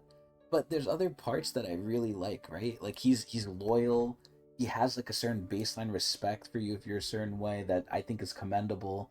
Like, there's parts that I like, and I personally don't understand how KALLAVAN could be so loyal if the person he's loyal to is making him betray parts that, like, I respect about him. It's like, okay, Adrian, imagine I'm loyal and I'm a guy who values honor, and then I work for this guy who's an absolute rat dirtbag, and he makes me violate kids who can't fight back, right? At that point, I'm being loyal by listening to him, but I'm doing very, very, like, dishonorable, nasty things. It's like, you know, I'm encompassing a fucking like a hypocritical stance. I'm loyal, I'm honorable by being dishonorable.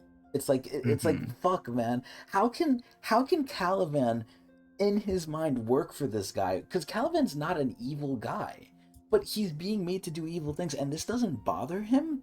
Like, does he value loyalty that high? It's fucking crazy. Yeah, he must have a lot of faith in Jihad. Bro, what did Jihad do to get him to his side? Don't know. God. Okay, continuing. Mhm. Where was I? Okay, after Soho's line, we have a beginning of a flashback. It may seem sudden, but it serves a role in the coming battle. And these people give a hint to the past, so I will be drawing briefly what happened in the past. It won't be a long story, but I hope you look forward to it. Hmm. This week's chapter also had a bit of extra from the preview release, Ooh. and this is on top of the adjustments I made for the next chapter's release. Even for you preview readers, I hope you guys enjoyed the added content next week as well. Oh. Even though I've been posting here for a long time now, I've been thinking often these days how I wish I can stay true to where I started. I hope I always have the positive anticipation for new readers and to create a work that the readers will have a feeling for every chapter. Will have that feeling for every chapter. But it's not easy. So as time goes on, I think the thoughts of disappointment can grow. I hear many constructive criticism and comments, but I often feel I don't meet the standards set by popular expectation or the attention. Uh, I don't necessarily wish to craft a masterpiece, but I do hope that you continue to enjoy the journey. And with that, next week I will come with the waltz of the flower and the giant snake, as well as Bomb being influenced by White the hooligan. I hope you have a healthy and happy week. Thank you. P.S. I learned that you're not supposed to use the humidifier and the air filter at the same time. My air filter was going crazy. Wow. There we go. Bruh, that is fucking wild, bruh. He called White a hooligan. Mm-hmm. Bro, White is really trying to corrupt Bomb. He's like trying to get him to do drugs. Yeah. Oh my lord. Okay, that was amazing. Ah, so nothing new from the blog post. Great blog post, self-deprecation as always, but more of the You know usual. it. Either way. So Adrian, do you want to Mhm. keep going? I think this is good. We've talked a think lot, so, especially too. with this big intro. Yeah. The intro was decently long too. So even though we've only Oh, been going for 2.5 hours, that's actually kind of crazy. We haven't been going for mhm. too long. At We do least, have an after discussion. yeah, we do. As long as I thought we would be going, but yeah. So the thing from before that I wanted to mention, now that we're done with the chapters read. So many of you might not know this, but many of you might, right? I know the Tower of God community is I don't know what you guys are interested in because we're a varied crowd here, right? A lot of my fans, from what I could see from analytics, are overseas. But as I say in each episode's intro, I welcome gamers in here because I'm a gamer, as some of you might have guessed. And for those of you who know, there's a titan of a game on the market worldwide. It's crazy. This is where it's very popular around the world. If you haven't heard of it, I'd be shocked. And the name of the game is Fortnite. But when will I stream TOG again? Probably next week at some point. I don't know fully when, but most likely next week. That answers the question. It's Are we more still of gonna have a regular session this week? On probably like either not. Thursday or later? Okay. Nah, I think this one counts because Thursday. Actually, I'm glad we did it today because I am going to be busier on Thursday. But we'll see. I mean, anything's up for grabs, but for sure next week, for sure. But probably not again this week. But we'll see. Short answer. But me and Adrian were basically saying, well, mostly me. I brought up the idea, but excuse me. There's a game on the market called Fortnite. I'm pretty sure I don't need to explain anymore. And it really has become a reality where when I was younger, when Fortnite first came out, about I think 4 to 5 years ago, the Battle Royale at least, we always joke about, oh, what if they add Goku to the game? What if they add the Master Chief to the game? What if they add this? What if they add that, right? These things were jokes, and they came true. And if you told me this, if you told me what is in Fortnite now, back then, I wouldn't believe you. I would not believe you. Imagine if they had a Tower of God crossover in Fortnite. And not to get into too many specific things here, but they could do it so well because there's back blings in the game that are reactive. So you could have Bomb and the Thorn as his back bling and it would react when you get a kill. Like, there's so many things, right? And this is where, like, I swear to God, they need to either pull me or Adrian for the fucking anime or for marketing or for something. I feel like we have so many good ideas because we actually care about Tower of God that these things, unless we're just stupid and we're wrong, which I highly doubt because we're intelligent individuals, unless we're like just straight up wrong, these things will help not only give them more money, but it will help boost the popularity of Tog. Like, bro, send us on the anime, bro. We don't even need to have been doing any anime, and we can make it better than it is. I guarantee you. Yeah, But I even with agree. these crossover things, right? Like Tog and Fortnite, the original thing I thought of was when I saw White. It's like, and I think it was from the blog post when I mentioned like the crossover thing. I forgot when I mentioned it, but no, it was in the middle of the chapter. But like, man, I would love to buy like white paraphernalia. Like if there was like a white keychain with like his sword or like some little crown, like as a keychain, like something like as a maybe not a figurine or something because those are a little too big and too expensive, but little what do you call those things like keychains and stuff like Like that for merch. yeah merch like little merch cheap merch for Tog. Like I would Yeah. love to get some of that shit, man. Tog doesn't have a lot of merch. I was just thinking, like, this whole conversation all has to do with the fact that, like, Tog itself is really good content, but the issue is that not a lot of people know that it It's exists. untapped. Yeah, it's untapped. And now the stuff that is hitting the mainstream stuff is not true to the original content, It's not most as good as it specifically could the be. anime. Yeah, season one I think was pretty acceptable. I like season one, but it was more of an intro. It doesn't go too deep into things. And now season two is kind of like messing up the path that season one made. So there's kind of like a concern where a lot of people are dropping the show. Although there are some people that still enjoy it, which I think is great, and there are people that are like going back to read it. But at the end of the day, I think Tower of God, what it needs the most right now, um It needs you more know pushing. it needs more, yeah, it needs more like marketing type stuff. Like it needs to be pushed out because the content is good, but it can't be found by anyone. It's having a hard time like making its mark, which is insane because it's so popular on Webtoon, but it gets no press from Webtoon, And we've said this even so though many times. it's one of its few manhwas that are actually getting an anime adaptation. And it's crazy because even out of the ones that have adaptations, um, Tower of God still gets the short end of the stick. Like Solo Leveling had much better press, in my opinion, than Tower of God, Oh which yeah. is great for Solo Leveling. But it's like, why couldn't you do the same for them? Now, on that topic, I'm glad you brought that up. There's some so I don't know for sure because I haven't seen Solo Leveling, but I heard that the manga was obviously pretty good. However, the anime wasn't as good. So I think it might just be like a curse because I think the same thing happened for oh god, what the fuck was it called? God of High School.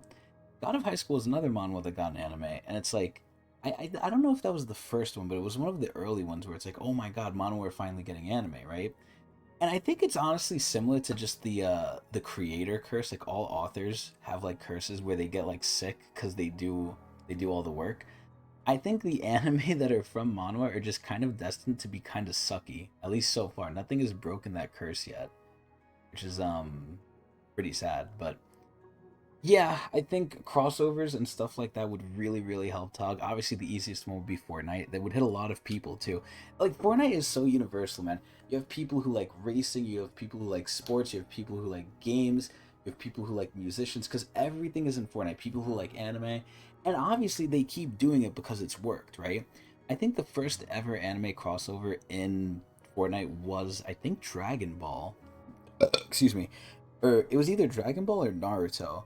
And then after that, more just came out. Sadly, we don't have One Piece yet, but they keep adding more and more. They added My Hero, they added even more Dragon Ball. They're adding all this shit, right?